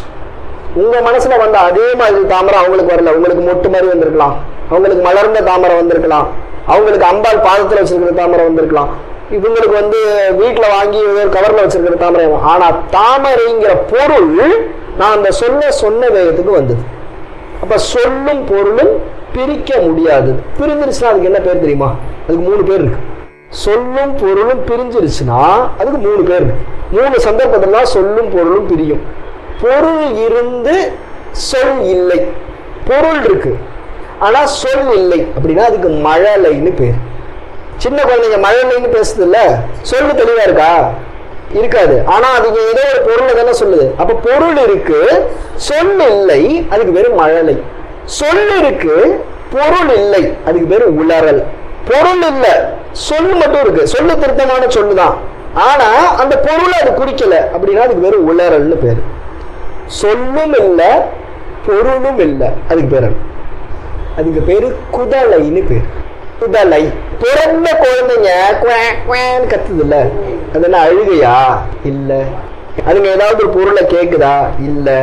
அதுக்கு ஏதாவது ஒரு சொல்லு இருக்கா? இல்ல. சொல்லும் இல்ல, பொருளும் இல்ல, ஆனா ஒரு சம்பாஷணை இருக்கா? அதுக்கு பேரு குதலைன்னு பேரு. பெருந்தே நிறைக்கும் நரைகுந்த பிடியே வருக, முழுஞான பெருக்கே வருக, பிறைமொழி பெம்மான் முக்கச் சுடர்கிடுதல் விருந்தே வருக அப்படின்னு வரிசை அந்த பாட்டு வரும். இது மீனாட்சி அம்மை பிள்ளை தமிழ். இந்த பிள்ளை தமிழ்ல கடைசியா வரும், பசும் குதலை மழலை கிளியே வருக, மலையத்துவசன் பெற்ற பெருவாழ்வே வருக வருகவேன்னு வருகைப்படலம் மீனாட்சி அம்மை பிள்ளை தமிழ்ல. அதுல பசும் குதலை மழலை கிளியே வருக. அம்பாள் குழலையும் பேசுறா, மழலையும் பேசுறா. அம்பாள் குதலை பேசுவானா என்ன? நமக்கு சொல்லும் புரியாம பொருளும் புரியாம வேதம் இருக்கலாம் இல்லையா, அது அம்பாளுடைய குதலை. வெறும் மந்திர சப்தம் மட்டும் இருக்கு, பொருள் நமக்கு புரியல, இப்படி இருக்கலாம், அது அம்பாளுடைய உளறல். பொருள் இருக்கு, சப்தம் தெளிவா இல்லை அப்படின்னா அது அம்பாளுடைய மழலை. வேதம் அப்படிதான் வரும். வேதம் நம்ம இன்னைக்கு படிக்கிற கிராமட்டிக்கல் சான்ஸ்கிரிட்ல கிடையாது. நம்ம சான்ஸ்கிரிட்ல இந்த சொல்லுக்கு இந்த பொருள் வச்சிருக்கோம்ல, வேதம் அந்த சப்தத்துல இருக்காது. வேதம் ஒரு சில மீட்டர் கூட இருக்கும், கம்மியா இருக்கும். ஏன்னா வேதத்துக்கு சத்தம் தான் முக்கியம், அந்த மீட்டர் அந்த சவுண்டு தான் முக்கியம். ஆனா பொருள் வேற இருக்கும். ஸோ பொருள் இருக்கும், சொல் இருக்காது. சொல் இருக்கும், பொருள் இருக்காது. சொல்லும் இருக்காது, பொருளும் இருக்காது. இப்படி 3 நிலையிலையுமே வேதம் இருக்கும். அதனாலதான் அம்பாள பசும் குதலை மழலை கிளியே வருக, மலையத்துவசன் பெற்ற பெருவாழ்வே வருக வருகவே அப்படின்னு பாடுறார். ஸோ உடைத்தனை வஞ்ச பிறவியை உள்ளம் உருகும் அன்பு படைத்தனை பத்ம பதயுகம் சூடும் பணியனுக்கு. இதெல்லாம் முடிச்ச அழுக்கெல்லாம் தொடச்சாச்சு. நம்ம மனசுல இப்ப அம்பாள் மட்டும் குடியேறியாச்சு. அம்பாள் குடியேறது எப்படி குடியேறினா? எப்பவுமே அவ தனியாவே வரமாட்டான், கூட ஒருத்தர வெளியே கூட்டிட்டு வருவா. ஏன்னா இது விட்டா இந்த லூஸ் ஏதாவது பண்ணும். ஏன்னா அவன் தானே பித்தன். பித்தன் பெரிசூடி பெம்மானே அருளாளா, அவன் பித்தன். அந்த பித்தனை எங்கேயாவது தனியா விட்டுட்டு வந்தா அவர் வேற வேலை பார்த்துட்டு இருப்பார். அதனால எப்பயும் கையோடையே கூட்டிட்டு வரும். ஒரு வீட்டுக்காரருக்கு புத்தி சுவாதீனம் இல்லை, அந்த வைஃப் என்ன பண்ணுவா? எங்க போனாலும் கூட கூட்டிட்டு போவான். அது மாதிரி புத்தி சுவாதீனம் இல்லாத ஒரு புருஷன் வேற வழி கிடையாது, கூட்டிகிட்டே தான் வருவா. சொல்லும் பொருளும் என நடமாடும். இவ சொல்லுனா அவர் பொருள், அவர் சொல்லுனா இவ பொருள். வாக்கர்த்தாவிவ சம்பிருத்தம் வாக்கர்த்த பிரதிபத்தையே ஜெகதத் பிதரோ வந்தே பார்வதி பரமேஸ்வரோ. காளிதாசன் தான் சொன்னான், வாக் அர்த்தாவிவ சம்பிருத்தம். எப்படி சொல்லும் பொருளும் இணைஞ்சு இருக்குமோ அது மாதிரி சதா சர்வ காலமும் இணைஞ்சு இருக்கக்கூடியவர். சொல்லும் பொருளும் என நடமாடும் துணைவருடன். அவர் கேட்டது யாரு? பத்ம பதயுகம் சூடும் பணியனுக்குனார். யுகம்னால 2 தான். யுகலம் அப்படின்னா 2ன்னு அர்த்தம். பத்ம பதயம்னா தாமரை திருவடி 2ன்னாரு. வந்திருக்கிறது எத்தனை பேரு? 2 பேரு. அப்ப 4 திருவடியில இருக்கணும் இல்ல. ஏன்னா இவங்க சொல்லும் பொருளுமா அர்த்தநாரீஸ்வரரா வந்தார். அர்த்தநாரீஸ்வரரா வந்ததுனால திருவடி எத்தனை? 2 தான். கையில கூட வித்தியாசம் இருக்கும். அர்த்தநாரீஸ்வரர் விக்கிரகங்கள் பாத்தீங்கன்னா ஒரு சில அர்த்தநாரீஸ்வரர் விக்கிரகங்கள்ல 4 கை இருக்கும். ஒரு சில அர்த்தநாரீஸ்வரர் விக்கிரகங்கள்ல சுவாமிக்கு 2 கையும் அம்பாளுக்கு 1 கையும் இருக்கும். சோ கையில வித்தியாசம் இருக்கும். ஆனா கால் எத்தனை? ரெண்டு தான், சொல்லும் பொருளும் என நடமாடும் துணைவருடன் அப்படின்னா வந்தாங்க. சோ அப்படி வந்த உடனே திருமந்திரம் சொல்றது, மறுவொத்த மங்கையும் தானும் வந்து அப்படின்னு திருமந்திரத்துல திருமூலர் சொல்றாரு. ஒரு பூ இருக்கு, இந்த பூவிலிருந்து வாசனையை தனியா பிரிக்க முடியுமா? வாசனையிலிருந்து பூவை தனியா பிரிக்க முடியுமா? வாசனைன்னு இருந்தா பூங்கிறது கூடவே இருக்கும். இங்க ஒரு மல்லிகை வாசனை இருக்கு, மல்லிகை பூ இருந்தா மல்லிகை பூல இருந்து வாசனை தனியா பிரியுமா? பிரியாது. அந்த பூவோட இணைஞ்சு எப்படி இருக்குமோ அது மாதிரி அம்பாளும் சிவனும் இருக்காருன்னு திருமந்திரத்துல திருமூலர் சொல்றாரு. கம்பராமாயணத்துல இந்த சொல்ல ஒரு அழகான ஒரு இதுக்கு ஓமையா காட்டுவார் கம்பர். சொல்லொக்கும் கடியவேக சுடுசரம் கரிய செம்மன் அல்லொக்கும் நிலத்தினால் மேல் விடுதலும் வைரக்குன்ற கல்லொக்கும் நெஞ்சினில் தங்காது அப்புறம் கழன்று புல்லார்க்கு நல்லோர் சொன்ன பொருள் என போயிற்றன்று. ராமனையும் லட்சுமணனையும் விஸ்வாமித்திரர் கூட்டிட்டு போறார் தன்னுடைய யாகத்தை பாதுகாக்க வேண்டி. யார்கிட்ட இருந்து பாதுகாக்கணும்? தாடகை கிட்ட இருந்து பாதுகாக்கணும். இப்ப தாடகை வரா, தாடகை வர்றதுக்கு முன்னாடி மாரீச்சன் சுபாகு வரா, இல்ல சுபாகுவை ராமன் வீழ்த்திடுறான். மாரீச்சனை கொண்டு போய் எங்கேயோ ஒரு தீவுல போட்டுடுறான், தூக்கி ஒரு தீவுல போட்டுறான். அடுத்து தாடகை வரா, தாடகையை அழிக்கான். தாடகை எப்படி இருக்கான்னா அப்படியே நைட்டு ராத்திரி முழுக்க திரண்டு ஒரு உருவமானா எவ்வளவு கருப்பா இருக்கும் அந்த மாதிரி வராலாம் தாடகை. அந்த தாடகை வரும்போது இவன் அம்பு எய்கிறான். சில தயக்கங்கள், அதுக்கு சில விஸ்வாமித்திரருடைய சில சமாதானங்கள்லாம் இருக்கு, அதெல்லாம் கொஞ்சம் அம்பு எய்கிறான். நம்ம எல்லாம் சொல்லுவோம் இந்த வாழைப்பழத்துல ஊசி ஏத்துறதுன்னு. ஏன் அப்படி சொல்றோம்? ஒண்ணு சல்லுன்னு போயிடும், இன்னொன்னு அது உள்ள போறதே தெரியாது, எப்ப அந்த பக்கம் வருங்கிறது தெரியாது. சோ அந்த மாதிரி வாழைப்பழத்துல ஊசி ஏத்துன மாதிரி தாடகை மேல அம்பு எறிஞ்சானா. இந்த அம்பு என்னாச்சா, சொல்லொக்கும் கடிய வேக சுடுசரம். எப்படி ஒரு சொல் வேகமா நம்ம வாயிலிருந்து வருமோ அந்த மாதிரி ஒரு சொல் மாதிரி அந்த அம்பு வேகமா போனுச்சான். சொல்லொக்கும் கடிய வேக சுடுசரம் கரிய செம்மல் அல்லொக்கும். இவனும் கருப்பு, அவனும் கருப்பு, இவனும் கருப்பு. இந்த கரிய செம்மல் இந்த கருப்பு அந்த கருப்பு அடிச்சுச்சான். அந்த அம்பு எப்படி போனுச்சு? சொல்லு மாதிரி போனுச்சான். இந்த சொல் போய் அவன் நெஞ்சில குத்துனுச்சான். நெஞ்சில குத்தி இந்த நெஞ்சுக்குள்ள தங்காம கழண்ட அந்த பக்கம் வந்துச்சான். அது எப்படி வந்துச்சுன்னா, புத்தி இல்லாதவங்களுக்கு ஒரு நல்லவன் ஒரு அறிவுரையை சொன்னா அந்த சொல்லு எப்படி காதுக்குள்ள போய் அர்த்தம் அடுத்த செகண்ட் வெளியில போகுமோ அது மாதிரி போயிடுச்சு அப்படின்னு சொல்ற. அப்ப சொல்லும் பொருளும் இணைஞ்சே இருக்கணும். சொல்லும் பொருளும் எப்ப இணையாது? அது உளறலா இருந்தா இணையாது. உளறல்ங்கிறது பேசுறவன்ட்ட மட்டும் கிடையாது, கேட்கிறவன்ட்டையும் உண்டு. எத்தனையோ நல்ல விஷயங்களை கேட்போம், அதோட பொருளை உள்ள எடுத்துக்கல அப்படின்னா அவன் சொல்லிட்டான், எனக்கு பொருள் உளறல் ஏற்பட்டு. சொல்லு உளறல் ஏற்படல, பொருள் உளறல் ஏற்பட்டுருச்சு. அதனால நம்ம நல்ல விஷயங்களை கேட்கறது முக்கியம் இல்ல, கேட்கிற விஷயங்களை உள்வாங்கி நம்ம வாழ்க்கையில செலுத்துறது முக்கியம். அப்படி இல்லைன்னா புல்லார்க்கு நல்லோர் சொன்ன பொருள் என போயிற்று. சொல்லு உள்ள போச்சு, அதே நேரத்துல பொருள் வெளியில போச்சுன்னு இருக்கக்கூடாது. ஏன்னா சொல்லும் பொருளும் அப்படி இணைஞ்சு இருக்கும். ஸோ அப்படி அம்பாளும் சுவாமியும் பத்ம பதவித்தை வச்சாங்க. சொல்லும் பொருளும் என நடமாடும் துணைவருடன் புல்லும் பரிமள பூங்கொடியே நின் புது மலர்த்தாள். அந்த தாள் எங்க இருக்கு? அவருடைய புத்திக்கு வந்துருச்சு. இப்ப அந்த பாதத்தை பத்தி மட்டும்தான் அவருக்கு தெரியும், இந்த பாதத்தை பத்தி மட்டும்தான் பாட போறார். அந்த பாதத்தை வணங்குறவங்களுக்கு அந்த பாதம் என்னெல்லாம் கொடுக்கும் அப்படின்னு சொல்றார். அல்லும் பகலும் தொழும் அவர்க்கே அழியா அரசும் செல்லும் தவநெறியும் சிவலோகமும் சித்திக்குமே அப்படின்னு சொல்ற. அந்த திருவடியை வணங்குறவங்களுக்கு அது 3 விஷயம் கொடுக்குது. ஒண்ணு என்ன சொல்லுது?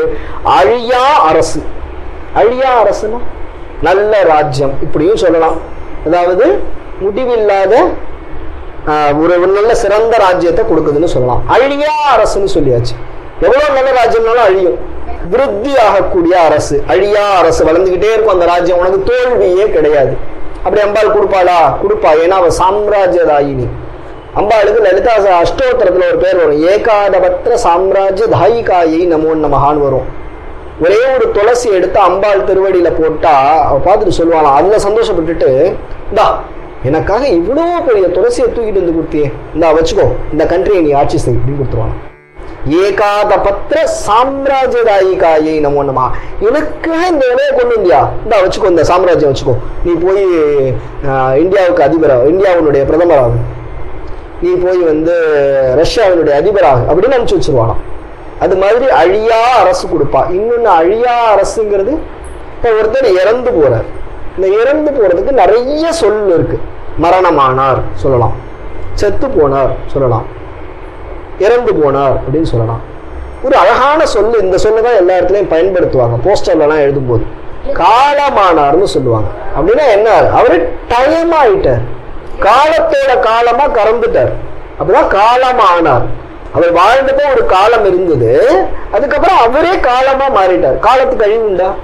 நேரத்துக்கு அழிவுங்கிறதே கிடையாது. நம்ம இருக்கிறதுக்கு முன்னாடியே அது இருந்தது, நம்ம வாழும் போதும் ஒரு காலம் இருக்கு, நம்ம வாழ்ந்த பிறகும் ஒரு காலம் இருக்கு. அப்ப இந்த உடம்பு போயிடுச்சு, இவருடைய புகழ் காலத்தோட கலந்துருச்சு, அதனால காலமானார். யார் தான் வாழக்கூடிய காலத்துல அந்த காலத்தை அவங்க பேர்ல நினைவு கொள்ள வைக்கிறாங்களோ அவங்க காலமா ஆயிட்டாங்க. இப்ப எம்எஸ் அம்மா காலமானார். ஏன் நம்ம சொல்றோமே, அது எம்எஸ் அம்மா பீரியடுப்பா சொல்றோம்ல, அது ஜெயலலிதா பீரியடுப்பா அப்படிங்கிறோம். அந்த பீரியடுங்கிறது என்ன, தட்ஸ் தி எரா. இது அலெக்சாண்டருடைய காலத்துல உள்ளது, இது ராஜராஜன் காலத்தில் கட்டப்பட்ட கோயில் சொல்றோம்ல. அப்ப என்ன, அவங்க காலமா ஆயிட்டாங்க. அந்த மாதிரி அழியாத அரசுங்கிறது ஒருத்தர காலமா மாத்துறது. என்ன, அவங்க வாழக்கூடிய காலத்துல செய்யக்கூடிய விஷயங்கள் காலம் காலம் காலம் கடந்தும் நீடிச்சு இருக்கக்கூடிய தன்மையை அம்பாள் கொடுப்பான். அது எந்த துறையா வேணாலும் இருக்கலாம், அது அரசியலா இருக்கலாம், பேச்சா இருக்கலாம், எழுத்தா இருக்கலாம், கவிதையா இருக்கலாம், அது எல்லாருக்கும் கிடைக்காது. தமிழ்நாட்டுல கடந்த 20 வருஷத்துல ஒரு 50 கவிஞர்களாவது இருப்பாங்க சினிமால பாட்டு எழுதுறவங்க. இத்தனை பேர் வந்தாங்களே, கண்ணதாசன் காணா போயிட்டாரா? போகவே முடியாது. சுதந்திர போராட்டத்துல எத்தனையோ கவிஞர்கள் பாடியிருப்பாங்க. ஆனா பாரதியையோ தாகூரையோ வேற யாராவது ரீப்ளேஸ் பண்ண முடியுமா? அது பாரதியுடைய காலம், இது தாகூருடைய காலம் அப்படின்னு அந்த காலமா அவங்கள மாத்திடுவான். அப்ப எந்த ஒரு துறையில இருந்தாலும் அந்த துறையினுடைய உச்சத்துக்கு உங்களை கூட்டிட்டு போயிடுவா. அந்த துறையில அப்போ நீங்க தான் ஆளுமை. ஏன், அவ சகல கலைகளுக்கும் அதிதேவதை. சகல கலாமயில் தாவு கங்கை பொங்கலை தங்கு புரிசடையாள்னு பார்த்தோம் இல்லையா, மங்களை செங்கலை சம்பளையாண்ட. அது மாதிரி எந்த துறையா இருந்தாலும் அந்த துறையினுடைய உச்சத்துக்கு கூட்டிட்டு போயிடுவா. அழியா அரசும் செல்லும் தவநெறியும். தவம் எல்லாரும் பண்ணலாம், அசுரர்கள் எல்லாம் எத்தனையோ தவம் பண்ணிருக்காங்க, ஆனா தவம் நிலைச்சுதா? இரண்யன் மாதிரி தவம் பண்ணவனும் கிடையாது, வரம் கேட்டவனும் கிடையாது, ஆனா இரண்யனுடைய தவம் நிலைச்சுதா? இல்ல. அவன் எத்தனை லூப் ஹோல் போட்டானோ அத்தனை லூப் ஹோல்லையும் நரசிம்மா வர கழிச்சிச்சு. மனுஷனா இருக்கக்கூடாது, மிருகமா இருக்கக்கூடாது, ரெண்டும் கலந்துச்சு. உள்ளையா இருக்கக்கூடாது, வெளியிலையா இருக்கக்கூடாது, நிலப்படியா இருந்துச்சு. பகல்லையா இருக்கக்கூடாது, இரவா இருக்கக்கூடாது, மாலை நேரம். உயிருள்ள ஆயுதம் கூடாது, உயிரற்ற ஆயுதம் கூடாது, நகங்கள் அப்படின்னு அவன் என்னெல்லாம் கண்டிஷன் போட்டானோ, என்னெல்லாம் தபஸ் பண்ணி இந்த வரத்தை வாங்கினானோ அந்த தவம் செல்லல. நான் கஷ்டப்பட்டு ஓடி உழைச்சு ஒரு ரூபா நோட்டை வாங்குறேன், வேலை செஞ்சு ஏதோ சம்பாத்தியம் வாங்குறேன், அந்த ரூபா நோட்டு செல்லாதுன்னா உழைச்சதுக்கு ஏதாவது பயன் இருக்கா? அது மாதிரி ஒருத்தன் ஒரு தவம் பண்ணா அந்த தவத்திலிருந்து ஒரு வரம் கிடைச்சா அந்த வரம் செல்லணும். அப்ப செல்லும் தவம் எரியும். நீங்க தவம் பண்றது விஷயம் கிடையாது, அந்த தவத்துக்கு கிடைக்கிற பலன் அனுபவபூர்வமா மாறணும். செல்லும் தவநெறியும் கடைசியா சிவலோகமும் சித்திக்குமே. சிவலோகமும் சித்திக்குமே. சித்தியும் சித்தி தரும் தெய்வமாகி திகழும் பராசக்தியும் சக்தி தழைக்கும் சிவமும் தவம் முயல்வார். முத்தியும் முத்திக்கு வித்தும் வித்தாகி முளைத்தெழுந்த புத்தியும் புத்தியின் உள்ளே புறக்கும் புறத்தையன்றே. அடுத்த பாட்டு. அம்பாளுடைய இந்த நவ ஆவரணங்களை நம்ம பார்த்தோம். இந்த நவ ஆவரணங்கள்ல முதல் ஆவரணத்தில் இருக்கக்கூடிய தேவதையினுடைய பேர் தெரியுமா? நான் சொன்ன அம்பாள் பக்கத்துல இருக்கக்கூடிய 8 தேவதைகளுடைய பேரு வஷினி ஆதி வாக் தேவதைகள். வஷினி, காமேஸ்வரி, மோதினி, விமலா, ஜெயினி, கௌலேஸ்வரின்னு சொன்னேன்.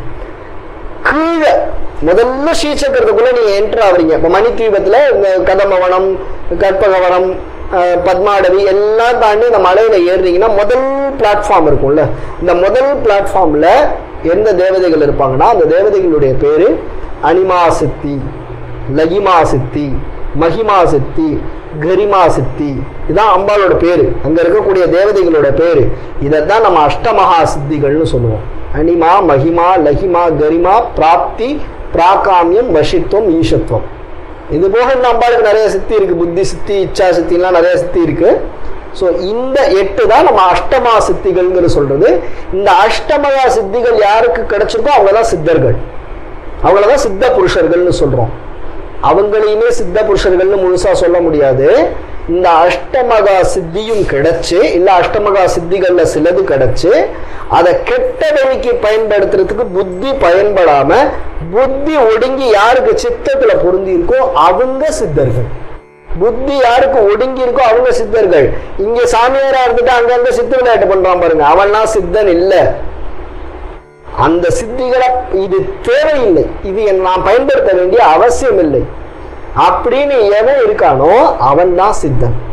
அப்படின்னு எவன் இருக்கானோ அவன் தான் சித்தன். சித்திகளை பயன்படுத்தி மேஜிக் காட்டுறவன்லாம் சித்தன் கிடையாது. சோ ஏன் அம்பாள் இந்த சித்திகள் எல்லாம் அம்பாளுடைய ஆவரணங்கள்ல இருக்காங்க. 8 சித்திகள். அனிமா சித்தி, அணு அளவுக்கு உடலை சுருக்கி கொள்ளக்கூடிய சித்தி. அடுத்தது மகிமா சித்தி, மலை அளவுக்கு வானளவுக்கு பெருசா தன்னுடைய உடலை வளர்த்துக்கக்கூடிய சித்தி. லகிமா சித்தி, காற்றை விட எடை கம்மியா மாறக்கூடிய சித்தி. கரிமா சித்தி, நல்ல பருமனா அதே வீட்டுல இருந்தா கூட எடை பல மடங்கு கூட இருக்கிற மாதிரி எடையை பெருக்கிக்கக்கூடிய சித்தி. அடுத்தது பிராகாமிய சித்தி, என்ன நினைக்கிறோமோ அந்த நினைக்கிற விஷயம் நடக்கிற சித்தி. இது இன்னும் மாதிரியும் சொல்லுவாங்க, பராகாய பிரவேசம்னு சொல்லுவாங்க. அதாவது ஒரு உடலில் இருந்து இன்னொரு உடலுக்கு கூடு விட்டு கூடு மாறுறதோ, அல்லது ஆகாச மார்க்கமா ஒரு ஊர்ல இருந்து இன்னொரு ஊருக்கு போடுறதோ, இதெல்லாம் பிராகாமிய சித்தி. அடுத்தது வசித்வ சித்தி, யார எதையும் வசப்படுத்தக்கூடிய சக்தி வசித்வ சித்தி. ஈஷத்வ சித்தி, கடவுளுக்கு இணையான தன்மை உடைய சித்தி. எதையாவது உருவாக்கணும்னு நினைச்சா உருவாக்குறது, அழிக்கணும்னு நினைச்சா அழிக்கிறது, இதெல்லாம் ஈஷத்வ சித்தி. இந்த கொக்கன் ரெண்டினையோ கொங்கணமான ஒரு செய்யும் கூட உண்டு. கொங்கணர் ரொம்ப வருஷம் தவம் பண்ணார். அப்ப அவர் தவம் கழிஞ்சு முடிக்கும் போது மேலிருந்து ஒரு கொக்கு எச்சமிட்டது. இந்த கொக்கை நிமிர்ந்து பார்த்தார், இந்த கொக்கு எரிஞ்சு சாம்பலா விழுந்ததுன்னு. அப்ப அவருக்கு எரிக்கிற சக்தி சித்தி இருந்திருக்கு. உன்னை பார்வையால அழிக்கிற சித்தி அவருக்கு இருந்திருக்கு. இதே விஷயம் முசுகுந்தன் காளையவனனுடைய கதையில வரும். முசுகுந்தன் பார்த்தான், காளையவனன் எரிஞ்சு போனான் அப்படின்னு மகாபாரதத்துல ஒரு சின்ன கிளைக்கதை வரும். சோ அந்த மாதிரி இந்த 8 சித்திகளையும் அம்பாள் கொடுக்கிறார். ஏன்? அவதான் இந்த எல்லா சித்திகளுக்கும் அதிதேவதை. அவளுக்கு கட்டுப்பட்டதுதான் எல்லா சித்தியும் எல்லா சக்தியும். அதனால சித்தர்கள் உபாசிக்கக்கூடிய தேவதைகள்ல முக்கியமான தேவதை துர்கா. 2வது முக்கியமான தேவதை வாழை. வாழை அப்படின்னா பாலாம்பிகா. பாலாம்பிகான்னு சொல்றோம்ல, அந்த பாலா திரிபுர சுந்தரி. வாழை, புவனை, திரிபுரை. வாழை அப்படின்னா பாலாம்பிகா. புவனேஸ்வரி, இது சித்தர்களால் வழிபடக்கூடிய தேவதை. திரிபுரை, திரிபுர சுந்தரி, சித்தர்கள் வழிபடக்கூடிய. அடுத்தது துர்கா. இந்த துர்காவை வழிபடுவாங்க. சிவபெருமான், முருகப்பெருமான், இவங்களை வழிபடுவாங்க. இதுதான் சித்தர்களுடைய பெருவாரியான வழிபாட்டுல இருக்கும். சித்தர்கள் ஏதாவது ஒரு கோவில பிரதிஷ்டை பண்ணியிருந்தாங்கன்னா இந்த கோவில் தான் பிரதிஷ்டை பண்ணியிருப்பாங்க. இப்ப போகர் முருகன் சிலையை தான் வச்சார். அதே மாதிரி நவபாஷாணத்துல ஆனா அர்த்தநாரீஸ்வரரை திருச்செங்கோடு மலையில வச்சார். சித்தர்கள் பிரதிஷ்டை பண்ணாங்கனாலே இந்த தேவதைகளை தான் பிரதிஷ்டை பண்ணுவாங்க. பழனி முருகன் கோவில் சைட்ல போகர் சமாதி இருக்கும். இந்த போகர் சமாதியில போய் பார்த்தீங்கன்னா ஒரு சின்ன மாடத்துல மரகதலிங்கம், சின்ன சின்ன போகர் பூஜை பண்ண விக்கிரகங்கள் இருக்கும். அதுல பாலாம்பிகா விக்கிரகம் இருக்கும், துர்க விக்கிரகம் இருக்கும், முருகன் விக்கிரகம் இருக்கும், ஒரு மரகதலிங்கம் இருக்கும். சோ அதனால சித்தர்கள் வழிபடக்கூடிய தேவதை அம்பாள். ஏன் அப்படின்னா, இப்ப நீங்க அகிலாண்டேஸ்வரி சந்நிதிக்கே போறோம் அப்படின்னா அம்பாள் என்ன பண்ணிருப்பாங்கன்னா, அம்பாளை சுத்தி 3 தேவதைகள் இருப்பாங்க. இச்சா சக்தி, ஞான சக்தி, கிரியா சக்தி. 6 மாத்தக்கூடாது. இச்சா, ஞான, கிரியா தான். ஏன்னா நம்ம மனசுல ஏதோ ஒரு ஆசை தோணும், அது இச்சா. ஒரு விஷயத்தை பத்தின ஆசை தோணிடுச்சுன்னா அதை பத்தி முதல்ல தெரிஞ்சுக்கணும். நம்ம என்ன பண்றோம்னா, ஆசைப்பட்ட உடனே அதை செயலாக்க பார்க்கிறோம், அங்க அது தப்பா போகும். ஒரு விஷயத்தை பத்தின ஆசை வருதா, அடுத்து அதை பத்தி தெரிஞ்சுக்கணும், தேடணும், அதை பத்தின அறிவை வளர்த்துக்கணும். அதுக்கு பேரு ஞானம். ஞானத்தை வளர்த்துக்கிட்டதுக்கு அப்புறம் அந்த ஞானத்தை அப்ளை பண்ணி தான் செயல் செய்யணும். அந்த ஞானத்தை அப்ளை பண்ணி தான் செயல். அறிவிலிருந்து ஒரு செயலை செஞ்சாதான் ஒழுங்கா வரும், மனசுல இருந்து செஞ்சா ஒழுங்கா வராது. அன்னைக்கு நான் சொன்ன 2 இட்லி 1 வடை. அப்ப எதுக்கு அதிக முக்கியத்துவம் கொடுக்கணும்? அறிவுக்கு. ஆனா இன்னைக்கு சமுதாயத்துல நடந்திருக்கிற மிகப்பெரிய குழப்பம் என்னன்னா, பல செயல்களை மனசுல இருந்து தான் செய்யறமே தவிர அறிவில் இருந்து செய்யறது இல்லை. அறிவுக்கு இடம் கொடுக்கறது. ஆசை வருது, ஆசைப்பட்டவன செஞ்சுட்டேன், ஆசை வருது, ஆசைப்பட்டவன. அது ஒரு சின்ன ஏதாவது ஒரு தின்பண்ட சிங்கர்களை தொடங்கி பெரிய பெரிய தவறுகளா கூட இருக்கட்டும், அதை பத்தின அறிவை திரட்டிக்கிட்டு செய்யறது இல்லை. அதனாலதான் சமுதாயம் இவ்வளவு குழப்பத்துக்குள்ளாகிறது. காரணம் என்னன்னா, ஆசையினுடைய உத்வேகத்துல செய்ய ஆரம்பிக்கிறோமே தவிர ஆசைப்பட்டா அந்த ஆசை சார்ந்த விஷயங்களுக்கு உண்டான அறிவை முதல்ல தேர்த்திக்கணும். இப்ப ஒரு குழந்தை இருக்கு, ஏதோ ஒரு மருந்து பாட்டில் இருக்கு, அந்த குழந்தைக்கு அது என்ன மருந்துன்னு தெரியாது. ஆனா அதை திறந்து குடிக்கலான்னு தெரியும். ஏன்னா அதுக்கு முன்னாடி அது குடிச்ச மருந்தெல்லாம் இனிப்பா இருக்கும்.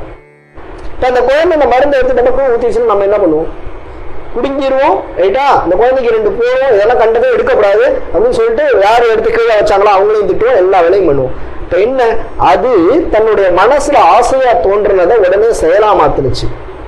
இது தப்புனா, இப்ப நம்ம ஏதோ ஒரு வடை சாப்பிடணும்னு தோணுதுன்னு வச்சுக்கோங்க, உடனே போய் ஒரு டீ கடையில ஒரு 4 வடையை திங்கிறோம்னு வச்சுக்கோங்க. அப்ப அது என்ன, ஆசை நேர செயலா மாறிடுச்சு. அறிவு யோசிக்கவே இல்லை. இன்னைக்கு நைட்டு டின்னர் என்ன, எப்படி சாப்பிட போறோம், நேற்று வரை நமக்கு வயிறு அப்செட்டா இருந்தது, இதெல்லாம் ஓடுறதே கிடையாது. அதுதான் இன்னைக்கு சமுதாயத்துல தனி மனிதன் கிட்ட வந்திருக்கக்கூடிய அத்தனை குழப்பங்களுக்கும் காரணம். இச்சா ஞான கிரியா. இச்சா கிரியா ஞானான்னு வந்ததுன்னா தப்பு. ஏன்? அதுக்கு பேர் பட்டு திரும்புறதுன்னு பேரு. சோ இப்படி சித்தர்கள் இருக்காங்க. இந்த சித்தர்களுக்கு யாரு சித்தி கொடுக்கிறா? சித்தியும் சித்தி தரும் தெய்வமாகி திகழும் பராசக்தியும் சக்தி தழைக்கும் சிவமும். சித்தர்கள்ல தலை சிறந்த சித்தன் யாரு? ஆதி சித்தன் சிவபெருமான் தான். ஏன்னா அவன் தான் சித்தன் எந்நேரமும் ஒடுங்கி இருக்கக்கூடிய ஒருத்தன். ஆதி சித்தன் அவன் தான். சோ அதனால சக்தி தழைக்கும் சிவமும் தவம் முயல்வார். சரி, பக்தர்கள் எல்லாம் அம்பாளை நினைச்சு தியானம் பண்ணலாம். சிவபெருமான் யாரை நினைச்சு தியானம் பண்ணிட்டு இருக்கு? நம்ம பார்க்கிறோம்ல, தியானேஸ்வரன் சிவனுக்கு பேர் உண்டு. எங்கேயுமே தியான விஷ்ணு கிடையாது, தியான முருகன் கிடையாது. சிவபெருமானுக்கு தியானேஸ்வரன் பேர் உண்டு. அவர் அப்படியே ஒரு யோகி போஸ்ல உட்கார்ந்து அவர் என்ன நேரம் மெடிடேட் பண்ணிட்டு இருக்காரு. யாரை பண்ணிட்டு இருக்கு? அம்பாளை தியானம் பண்ணிட்டு இருக்கு. ஏன்னா அவரு தியானம் பண்றதுக்கு எதுவுமே கிடையாது. அவர் தியானம் பண்றதுக்கு ஒரே ஒரு வஸ்து தான் இருக்கு, அவளுக்கு பராசக்தின்னு பேரு. சக்தி தழைக்கும் சிவமும் தவம் முயல்வார். முத்தியும் முத்திக்கு வித்தும் வித்தாகி முளைத்தெழுந்த புத்தியும் புத்தியின் உள்ளே புறத்தும் புறத்தை என்றே. நமக்கு முக்தி வேணும். இப்ப முக்திங்கிறது யாரு? அம்பாள் தான். ஏன்னா நம்ம முன்னாடியே பார்த்தோம், அழியா முக்தி ஆனந்தமா இருக்கிறது யாரு? அம்பாள். அப்ப முக்தி அவதான். எனக்கு முக்தி வேணும். எனக்கு நம்ம பொதுவா எல்லாம் கேட்போம், எனக்கு இது வேணும் அது வேணும் அது வேணும், ஏகப்பட்ட பொருள்களை கேட்போம். எனக்கு எந்த பொருளும் வேணாம், எனக்கு இருக்கிறது போதும், இந்த போதுங்கிற எண்ணத்தோட போய் சேர்ந்தா போதும் அப்படிங்கிற நிலைக்கு தான் முக்தின்னு பேரு. அந்த முக்தியும் அந்த முக்தி வேணுங்கிற எண்ணமும், அந்த எண்ணம் எங்க உருவாகும்? என் புத்தியில உருவாகும். அப்ப அந்த புத்தி எப்ப உருவாகும்? எனக்கு இது வேணுமா அது வேணுமா அது வேணுமா இது வேணுமான்ற குழப்பம் இல்லாத நிலையில உருவாகும். எதுவும் வேணாம்ப்பா, போதும்பா போதும்பா, எனக்கு இதுவும் வேணும், இது வாங்கலாமா அது வாங்கலாமான்னு யோசிச்சா போதுங்கிற எண்ணம் வராது. ஒரு இலையிலே பந்திக்கு உட்கார்ந்துருக்கோம், ஒரு கல்யாணத்துல உட்கார்ந்துருக்கோம், பலதும் பரிமாறின்னு போயிட்டு வந்துட்டு இருக்கான். நான் என்ன சொல்றேன், அந்த பச்சடி அது சாப்பிடலாமா இது சாப்பிடலாமான்னு யோசிச்சா எனக்கு போதுன்ற எண்ணம் மனசுல வருமா? வராது. போதுங்கிற எண்ணம் எப்ப வரும்? இதுவா அது வாங்குற குழப்பங்கள் நீங்கும் போது வரும். அப்ப புத்தி இருக்கணும், புத்தியிலிருந்து எனக்கு முக்தி வேணுங்கிற எண்ணம் வரணும், அதுக்கப்புறம் தான் முக்தி கிடைக்கும். சோ முக்தியும் முக்திக்கு வித்தான எண்ணமும் முளைத்தெழுந்த புத்தியும், இந்த வித்து முளைத்தெழுந்த புத்தியும் புத்தியின் உள்ளே புறக்கும் புறத்தை என்ற. இது எப்படி சாத்தியப்பட்டுச்சு? அம்பாள் புத்தியில உட்கார்ந்துக்கிட்டான். அம்பாள் புத்தியில உட்கார்ந்ததுனால என் புத்திக்கு எப்பா இந்த குழப்பமும் வேணாம்ப்பா, போதும்பா, இந்த வாழ்க்கைக்கு தேவையான எல்லாமே போதும், இந்த வாழ்க்கையும் போதும் அப்படிங்கிற அந்த போதுங்கிற சந்துஷ்டி வந்ததுக்கு அப்புறம் நான் முக்தியை நோக்கி போகணும் அப்படிங்கிற எண்ணம் வருது. அந்த எண்ணம் முக்தியா மாறுது. அந்த எண்ணம் முக்தியா மாறுது. இது எல்லாத்துக்கும் யார் காரணம்? அம்பாள் காரணம். அம்பாள் காரணம். இவ்வளவுக்கும் அவ காரணமா இருக்கிறதுனால தான் சிவபெருமான் அவளை தியானிச்சுட்டு இருக்காரு. ஏன்னா அவதான் கேட் பாஸ் போட்டு அனுப்பணும். ஒரு ஆன்மா சிவபெருமானோட போய் கலந்து முக்தி அடையணும்னா இவ சாங்ஷன் பண்ணணும். இவ சாங்ஷன் பண்ணணும்னா பொழுதன்னைக்கு அவர் இவளை நினைச்சுக்கிட்டு இருக்கணும். அதனாலதான் சக்தி தழைக்கும் சிவமும் தவம் முயல்வார். இந்த இடத்துல ஒரு ட்ரிக்கியான சொல்லு, தவம் செய்வார்னு இருக்கணும், தவம் முயல்வார்னு இருக்கு. அப்போ சிவபெருமானே அம்பாளை பத்தி தவம் பயின்றதுக்கு முயற்சி தான் பண்ணிக்கிட்டு இருக்காரு. தவம்ங்கிறத அவர் முழுசா பண்ணலன்னு இருக்கு. இதுக்கு அடுத்த பாட்டுல தான் பதில் இருக்கு. என்னன்னா, இது சுகீசவன் சொல்லக்கூடிய ஒரு நல்ல எக்ஸாம்பிள். ஒரு அப்பா ஒரு குழந்தை, அந்த குழந்தைக்கு 3 வயசு, அப்பாவுக்கு 30 வயசு. இந்த 3 வயசு குழந்தைங்க அந்த அப்பாவும் விளையாட ஆரம்பிக்கிறாங்க. என்ன விளையாட்டு? ஓடி பிடிச்சி விளையாடணும். ஓடி பிடிச்சி விளையாடுற விளையாட்டு. இந்த குழந்தை என்ன சொன்னிச்சு? அப்பா நீ ஓடு, நான் பிடிக்கிறேன் அப்படின்னுச்சு. ஃபர்ஸ்ட் அப்பாவோட டர்ன். அப்பா ஓட ஆரம்பிச்சார். மணிக்கு 16 மைல் வேகத்துல ஓடினார். பிடிக்க முடியுமா குழந்தையால? முடியாது. அப்ப அப்பா அப்படி ஓடணும். நியாயமா கருணை உள்ள அப்பானா குழந்தைக்கு இந்த மாதிரி ஓடி கொஞ்சம் தூரம் அப்படி ஓடுற மாதிரி ஓட்டி, ஐயோ அப்பா பிடிச்சிட்டேன், அப்பா அவுட் ஆயிட்டேன் அப்படின்னு உட்காராங்க. சரி, இப்போ இப்படி யோசிங்க. இப்போ அடுத்தது யார் டர்னு? அப்பா அவுட் ஆயிட்டாரு. இப்போ அதனால குழந்தை ஓடணும். குழந்தை ஓடுது. நம்ம அப்பாவோ ஒலிம்பிக் ரன்னர் அப்படின்னு வச்சுப்போம். அப்படி குழந்தை அப்படி நவர்ந்து அப்படி கையை நீட்டு இப்படி கொத்தா பிடிச்சாருன்னா அது பேர் விளையாட்டா?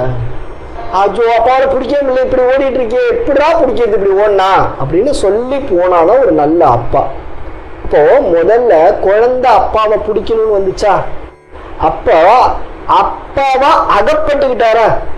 அப்பாவா அகப்பட்டுக்கிட்டாரு. குழந்தை அப்பாவை பிடிக்கல, அப்பா குழந்தைகிட்ட அகப்பட்டார். அதுதான் அடுத்த பாட்டு. அன்றே தடுத்து என்னை ஆண்டு கொண்டாய். அது மாதிரி பராசக்திய சிவபெருமான் கூட முழுசா தியானம் பண்ணிட முடியாது. ஆனா அவளா அகப்பட்டுக்க முடியும். அவளா அகப்பட்டுக்க முடியும்.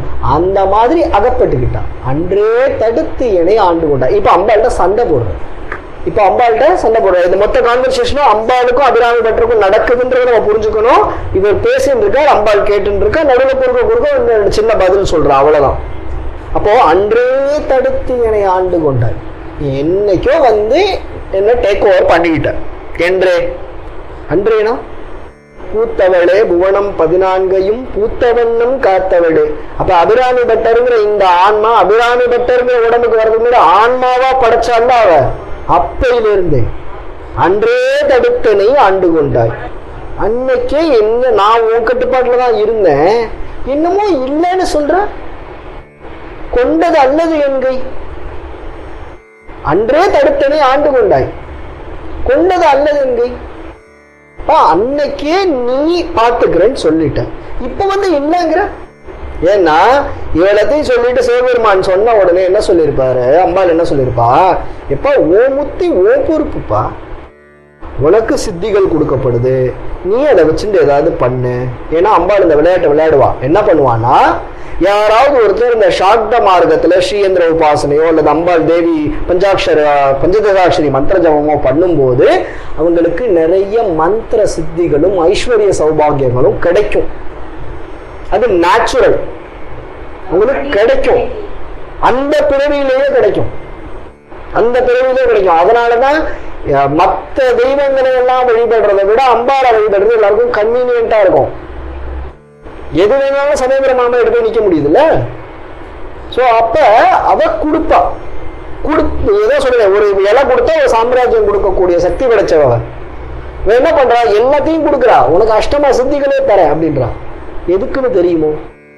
இப்போ ஒரு அம்மா கிச்சன்ல வேலை பார்க்கணும். ஒரு 1.5 வயசு குழந்தை 2 வயசு குழந்தை இருக்கு.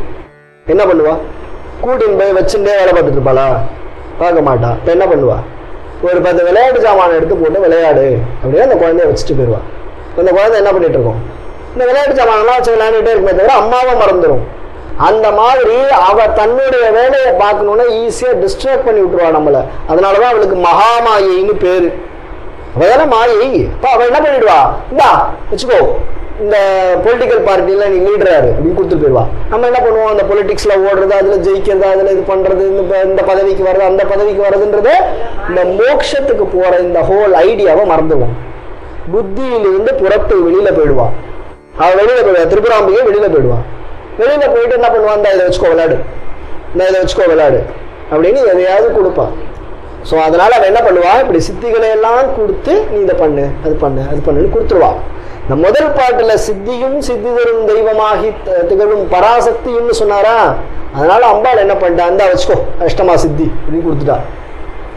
அபிராமி பட்டருக்கு டவுட் வந்துருச்சு, என்னடா இது உடனே கொடுத்துட்டாலே எங்கேயோ எஸ்கேப் ஆறா, எனக்கு கொஞ்சம் புத்திசாலி குழந்தை நம்மள மாதிரி கிடையாது, இதெல்லாம் என்கிட்ட கொடுத்த நீ, இதெல்லாம் நீயே என்கிட்ட கொடுத்த, அன்றே தடுத்து என்னை ஆண்டு கொண்டாய், முக்திக்கு போகணுங்கிற பாதிக்கு அன்னைக்கே நீ அதுக்குதான் படைச்ச, அன்றே தடுத்தனை ஆண்டு கொண்டாய், கொண்டதல்லதென்கை, இன்னைக்கு இல்லைங்கிற, இதெல்லாம் வச்சுக்கோங்கிற, எனக்கு அதுதான் வேணும், எனக்கு அதுதான் வேணும் அப்படின்னு அடம் பிடிக்கிறார். கொண்டதல்லதென்கை.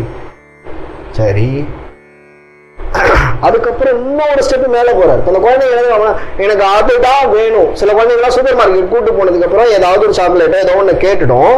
கேட்டதுக்கு அப்புறம் அம்மா என்ன சொல்லுவா, இல்ல இல்ல வா உனக்கு நான் அங்க வாங்கி தரேன், நம்ம வெளியில போய் ஐஸ்கிரீம் சாப்பிட, அப்படி டிஸ்ட்ராக்ட் பண்ணுவா அம்பாள். அம்மா வந்து டிஸ்ட்ராக்ட் பண்ணுவா. இந்த மாதிரி அம்பாள் என்ன பண்றா, இதெல்லாம் டிஸ்ட்ராக்ட் பண்ணி விடுறா, அந்த அஷ்டமா சித்திகள் வச்சுக்கோ, இதெல்லாம் வச்சுக்கோ அப்படின்னு கொடுக்குறா. இவர் சொல்ற, இல்ல எனக்கு முத்தி தான் வேணும் அப்படிங்கிற. உடனே அம்பாள் சொல்றா, இல்லடா நான் உனக்கு எப்படா தரேன்னு சொன்னேன், அம்மா நீ என்ன படிச்சதே அதுக்கு தான், நீ என்ன சூப்பர் மார்க்கெட் கூட்டிட்டு வந்ததே சாக்லேட் வாங்கி கொடுக்கதான், இப்ப வந்து இல்லங்கிற. அப்படியே அந்த குழந்தை அடுத்து என்ன பண்ணும், அங்கேயே உட்காந்து புதிச்சாவும். அதுதான் அபிராமி பட்டர் சொல்றார், நன்றே உனக்கு இனி நான் என் செய்யினும், நடுக்கடலுள் சென்றே விழினும், கரையேற்றுகை நின் திருவுளம். கோபத்துல அம்படிக்க ஆரம்பிச்சிட்டார்.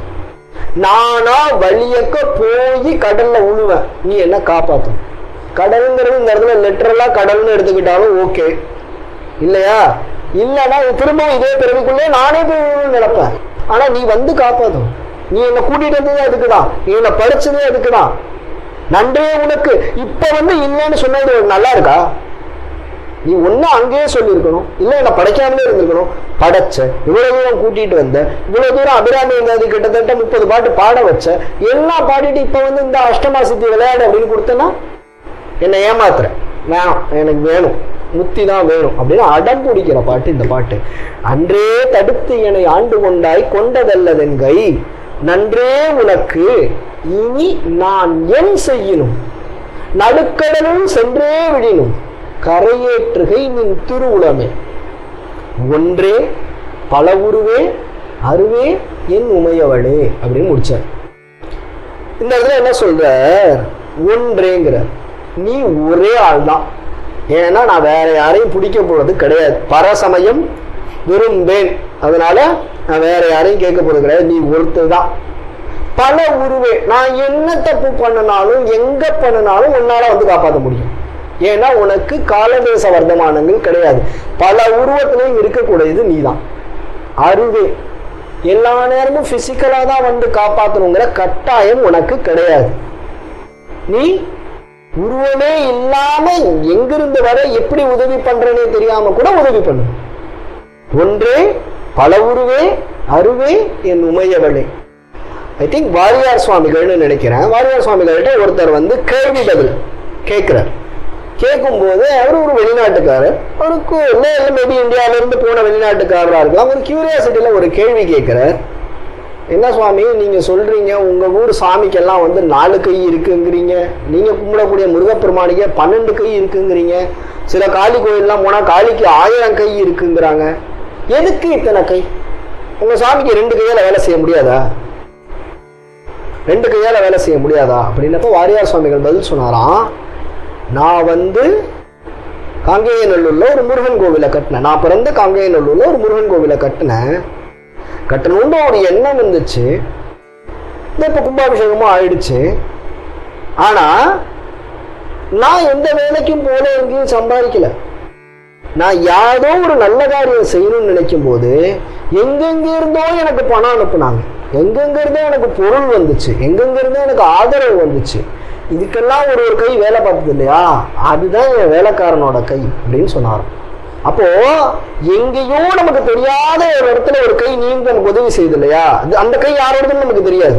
நான் என்னோட எக்ஸாம்பிளே சொல்றேனே, தமிழ்நாட்டில் ஜல்லிக்கட்டு ப்ரோட்டஸ்ட் வந்து உச்சத்துல இருந்த அந்த நேரத்துல நான் பிரசாந்த் எல்லாம் அப்பதான் சந்திச்சோம், இப்பதான் அபியாசம்ங்கிறது உருவானது.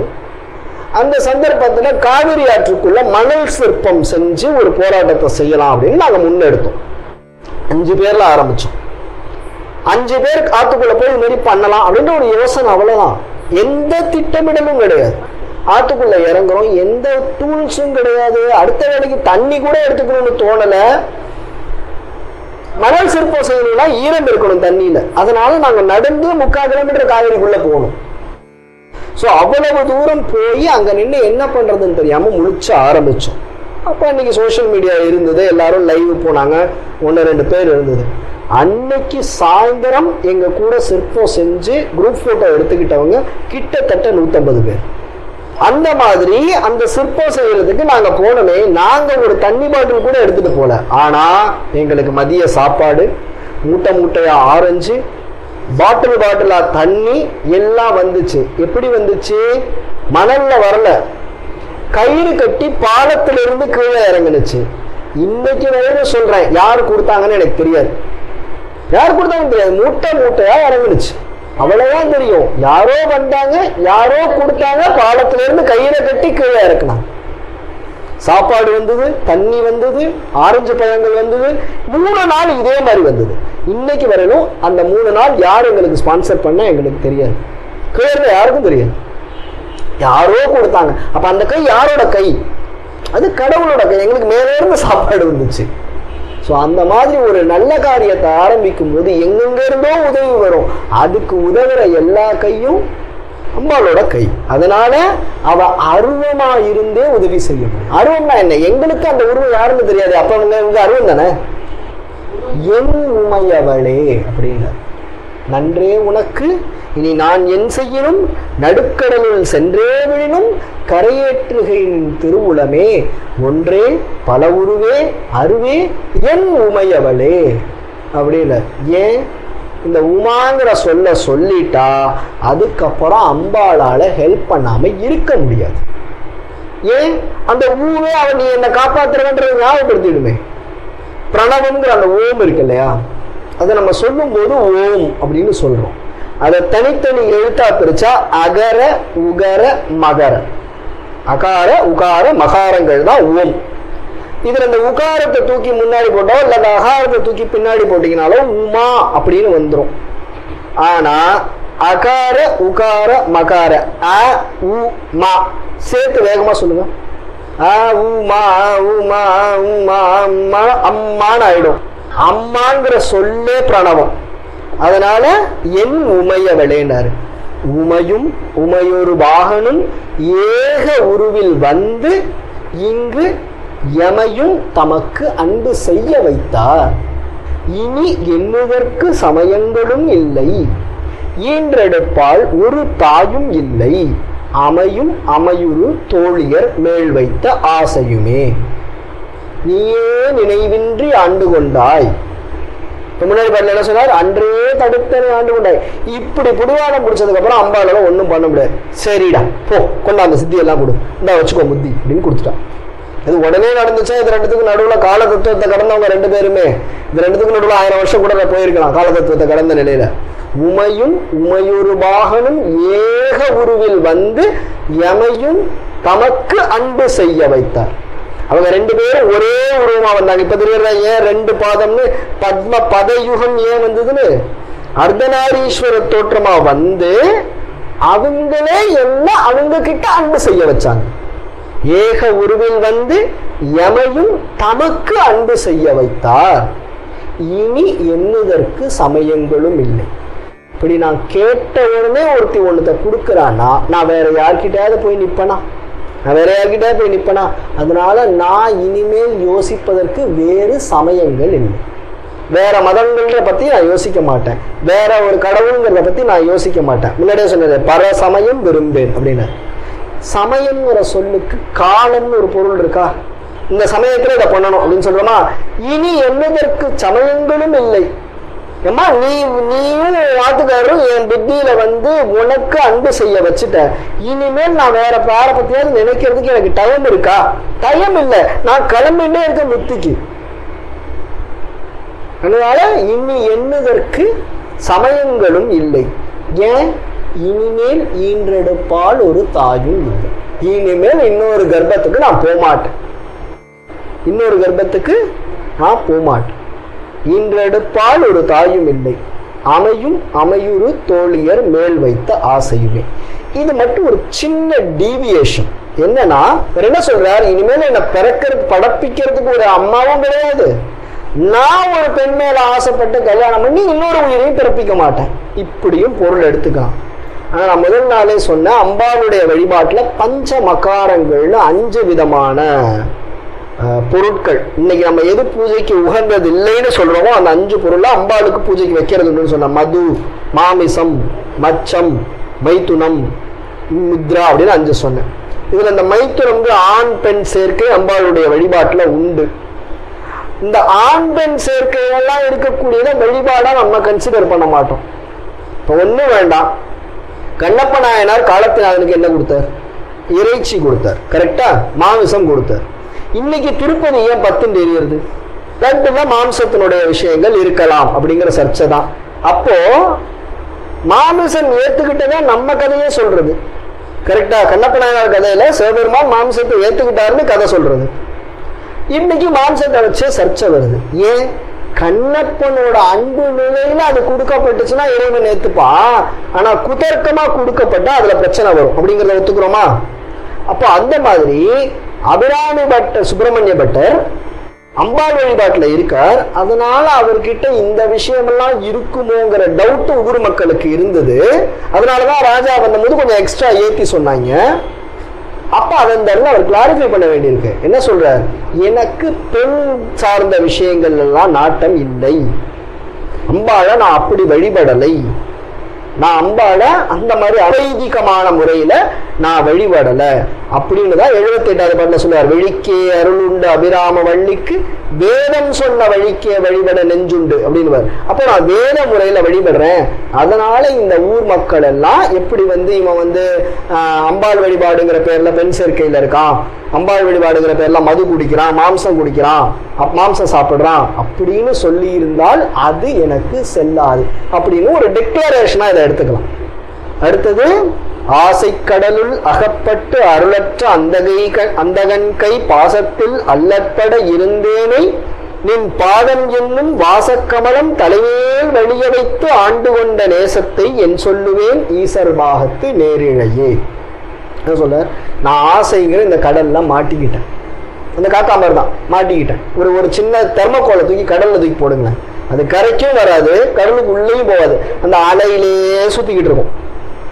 ஒரு சுழல்ல, நீர் சுழல்ல ஏதோ ஒன்றை போட்டீங்கன்னா மேலேயே சுத்திக்கிட்டு இருக்கும், மிதக்கக்கூடிய பொருளை போட்டீங்கன்னா. ஸோ அந்த மாதிரி ஆசை கடலுள் அருள் அகப்பட்டு, நான் ஆசையில் அகப்பட்டனாலே அடுத்து என்ன ஆகும்? அது சார்ந்து நான் இச்சா ஞானம் கிரியைன்னு போனாலே அதை பற்றி நான் அறிவை தேடுவேன், அதை சார்ந்த செயலை செய்வேன். ஸோ செயல்னு ஒன்று செய்யப்பட்டாலே அது எனக்கு ஏதோ ஒரு விதத்தில் ஒரு கர்மாவை கொடுக்கும். அந்த கர்மா எனக்கு வந்ததுனாலே அடுத்து எனக்கு பிறவிங்கிறது. அது நல்லதாகவும் இருக்கலாம், கெட்டதாகவும் இருக்கலாம். அறம் பாவம் என்னும் அருங்கயிற்றால் கட்டி, நல்லதும் கர்மத்துக்கு காரணம் தான், கெட்டதும் கர்மத்துக்கு காரணம் தான். சோ நல்லதையும் விடணும், கெட்டதையும் விடணும். இருள் சேர் இருவினையும் சேரா, பொருள் சேர் புகழ் புரிந்தார் மாட்டு. இருவினையும் கூடாது, நல்வினையும் கூடாது, தீவினையும் கூடாது, குறைஞ்சபட்சம் தீவினையாவது விட்டுடணும். அப்ப என்ன பண்ணுவான்? ஓகே, நல்வினை நிறைய இருக்கு, ஓகே சாங்ஷன் பண்ணி மேல கொண்டு போ அப்படின்னு அம்பாள் தன்னோட கருணையால தூக்கி போட முடியும். ஆனா இருள் சேர் இருவினையும் இருக்கு, என்கிட்ட நல்லதும் இருக்கு கெட்டதும் இருக்குன்னா அது எங்கிருந்து வருது? என்னுடைய ஆசையிலிருந்து வருது. ஆசையிலிருந்து நான் ஒரு செயலை செய்யும் போது கர்மா வருது. கர்மா வந்தா நான் யார்கிட்ட போவேன்? அம்பாள்கிட்ட போவேனா, யமதர்மன்ட்ட போவேனா? யமதர்மன்ட்ட போவேன். அவன் தான் என்ன டேக் ஓவர் பண்ணுவான், அவன் தான் என்ன டேக் ஓவர் பண்ணுவான். இப்ப சே ஃபார் எக்ஸாம்பிள், யாரோ ஒரு விவசாயி புதுசா ஒரு விவசாய யுக்தியை கண்டுபிடிக்கிறார். அந்த யுக்தி மூலமா விவசாயம் பல்மடங்கு பெருகும் அப்படின்னா அடுத்து இந்தியன் கவர்மெண்ட் என்ன பண்ணும்? அவரை கூப்பிட்டு கௌரவப்படுத்தும், ஏதாவது ஒரு அவார்டு கொடுக்கும், பத்மபூஷன் பத்மவிபூஷன் அப்படின்னு கொடுக்கும். இப்ப இது அவர் நல்லது ஒண்ணு செஞ்சார், அந்த நல்லதுனால பிரதம மந்திரியை போய் பார்க்க முடியும். இந்த மொத்த யுக்தியை அவர் கஞ்சா வளர்க்கறத கண்டுபிடிச்சாருன்னா போலீஸ் கிட்ட போகும். சோ நான் என்ன செய்யறனோ அதை பொறுத்து நான் போகக்கூடிய திசை இருக்கும் இல்லையா? அது மாதிரி நான் ஆசை கடவுள் அகப்பட்டு செயல் செய்யும் போது அடுத்து நான் எங்க போவேன்? யமதர்மன்ட்ட போய் நிற்பேன். அப்படி நான் போய் நிக்க வாய்ப்பு இருக்கு அப்படின்னு அபிராமிகிட்ட சொல்றேன், நான் சொல்லலாம். வாய்ப்பு இருக்கு. அப்ப நீ என்ன பண்ணணும்? அங்கிருந்து வந்து நான் இந்த மாதிரி அல்லல்படாம இருக்கிறதுக்கு என் தலையில ஒரு சீல் குத்திட்டு போயிடு, உன் பாதத்தை சீல் வச்சுட்டு போயிடு. எப்பா இது இங்க வர வேண்டிய போஸ்ட் இல்ல அங்க வர வேண்டிய போஸ்ட் இப்ப சீல் பண்ணிட்டேன்னா நாளைக்கு அவன் வந்தான்னா பாப்பான், ஓ இது இங்க வர வேண்டியது இல்லப்பா அங்க அனுப்பிச்சு விடுப்பா அப்படின்னு அங்க அனுப்பிச்சு விட்டுருவான். அதனால ஆசை கடலுள் அகப்பட்டு அருளற்ற அன்னகன் கை பாசத்தில் அல்லல்பட இருந்தேனை நின் பாதம் என்னும் வாசக்கமலம் தலைமேல் வலிய வைத்து இப்படி சீல் பண்ணிட்டான் அம்பாள். அவளோட காலை வச்சு சீல் பண்ணியப்பா இது நம்மளுக்குப்பா, நீ வரும்போது இதை எடுத்துக்காது, இது என்னோடது அப்படின்னு பேர் எழுதி சைன் பண்ணிட்டு போயிட்டான். கிருஷ்ணன் வந்து எத்தனையோ அசுரர்களை எல்லாம் அழிச்சான். பூதனை, கேசி, அகாசுரன், ஏகப்பட்ட பேரை அழிச்சான். கிருஷ்ணனுடைய கதையில ஒரு அழகான கதை காளிங்க நர்தன கதை. கிருஷ்ணன் எல்லா அசுரர்களையும் அழிச்சான்ல, காளிங்கனை மட்டும் அழிக்கவே இல்லை. ஏன்னு தெரியுமா? அது மேல காளிங்கன் மேல டான்ஸ் ஆடினான். காளிங்க நர்தன கிருஷ்ணன் இருக்கான், காளிங்கன் மேல டான்ஸ் ஆடினான். ஏன் அப்படின்னா காளிங்கன் அவன் இருந்த பகுதியில் அவனுக்கு சாதாரணமா சாப்பாடு கிடைக்கல, அவனுக்கு வேணுங்கிற உணவு கிடைக்கல. அந்த காளிங்கன்கிற பாம்புக்கு அவன் என்ன பண்ணான்? குடும்பத்தோட பஞ்சம் பொழைக்கிறதுக்கு பிருந்தாவனத்துக்கு வந்தான். அவன் யமுனையில இருந்தான். பிருந்தாவனத்துல அவனுக்கு நிறைய சாப்பாடு கிடைச்சது, மீன்கள் கிடைச்சது, பசுமாடுகள், ஆடு மாடு கண்ணெல்லாம் இருக்கிறதுனால வந்துச்சுன்னா உனக்கு சுருட்டி சருட்டி சாப்பிட்டுருவான். அதனால காளிங்கன் என்ன பண்ணா? அவங்க அவன் இந்த இடத்துல வருமா, அவன் என்ன பண்ணுவான்? அவன் பஞ்சம் பொழைக்கிறதுக்காக இங்க வந்தான். வந்து இந்த இடத்துல சாப்பிட்டுக்கிட்டு இருந்தான். இது இவங்களுக்கு தொந்தரவா போச்சு. தொந்தரவா போனோடனே கிருஷ்ணன் போனாங்க, காளிங்கனை அடக்கினான். ஏன்னா காளிங்கனுக்கு இதோட ஒரு சின்ன குழந்தை வந்து நம்ம கிட்ட சண்டை போகுதுன்னு ஒரு கோவம் இருக்கும்ல, அந்த கோவத்தினால காளிங்கன் கிருஷ்ணன் கூட சண்டை போட்டான், விஷத்தை கக்குனான். ஆனா அந்த விஷம் கிருஷ்ணனை எதுவும் பண்ணல. அப்ப கிருஷ்ணன் யார் அப்படிங்கிறத காளிங்கன் புரிஞ்சுக்கிட்டான். காளிங்கனுடைய மனைவிகள் மாதிரி எங்களை காப்பாத்து, நாங்க இந்த ரீசனுக்காக தான் வந்தோம் அப்படின்னா கிருஷ்ணன் என்ன சொன்னா, சரி ரைட், நீ சொல்றதுல நியாயம் இருக்கு, நீ சாப்பாடு இல்லைன்னா நீ என்ன பண்ணுவ? பாவம், உனக்கு சாப்பாடு கிடைக்கும்படி செய்யாதது ஏன் தப்பு? ஸோ உனக்கு சாப்பாடு கிடைக்கல, படி கிடக்கிறவன். ஸோ உனக்கு சாப்பாடு கிடைக்கிற ஒரு இடத்துக்கு உன்னை அனுப்பி வைக்கிறேன், போறியா அப்படின்னா. போறேன் அப்படின்னா காளிங்கன். சரி போ, கடலுக்கு போ, கடல்ல உனக்கு வேணுங்கிற சாப்பாடு கிடைக்கும். இனிமேல் உனக்கு வந்து விஷம் வேலை செய்யாது, நீ வேட்டையாடி சாப்பிட்டுக்கும், அதாவது கடிச்சு சாப்பிட்டுக்கும், விஷம் வேலை செய்யாது அப்படின்ட்டான். அதனாலதான் கருணாசன் பாட்டு முடங்க சொன்னார், காளிங்கன் தலையில் அவன் நர்தனங்கள் செய்த பின்பு தண்ணி பாம்பில் நஞ்சு இல்லை தாளேனும்.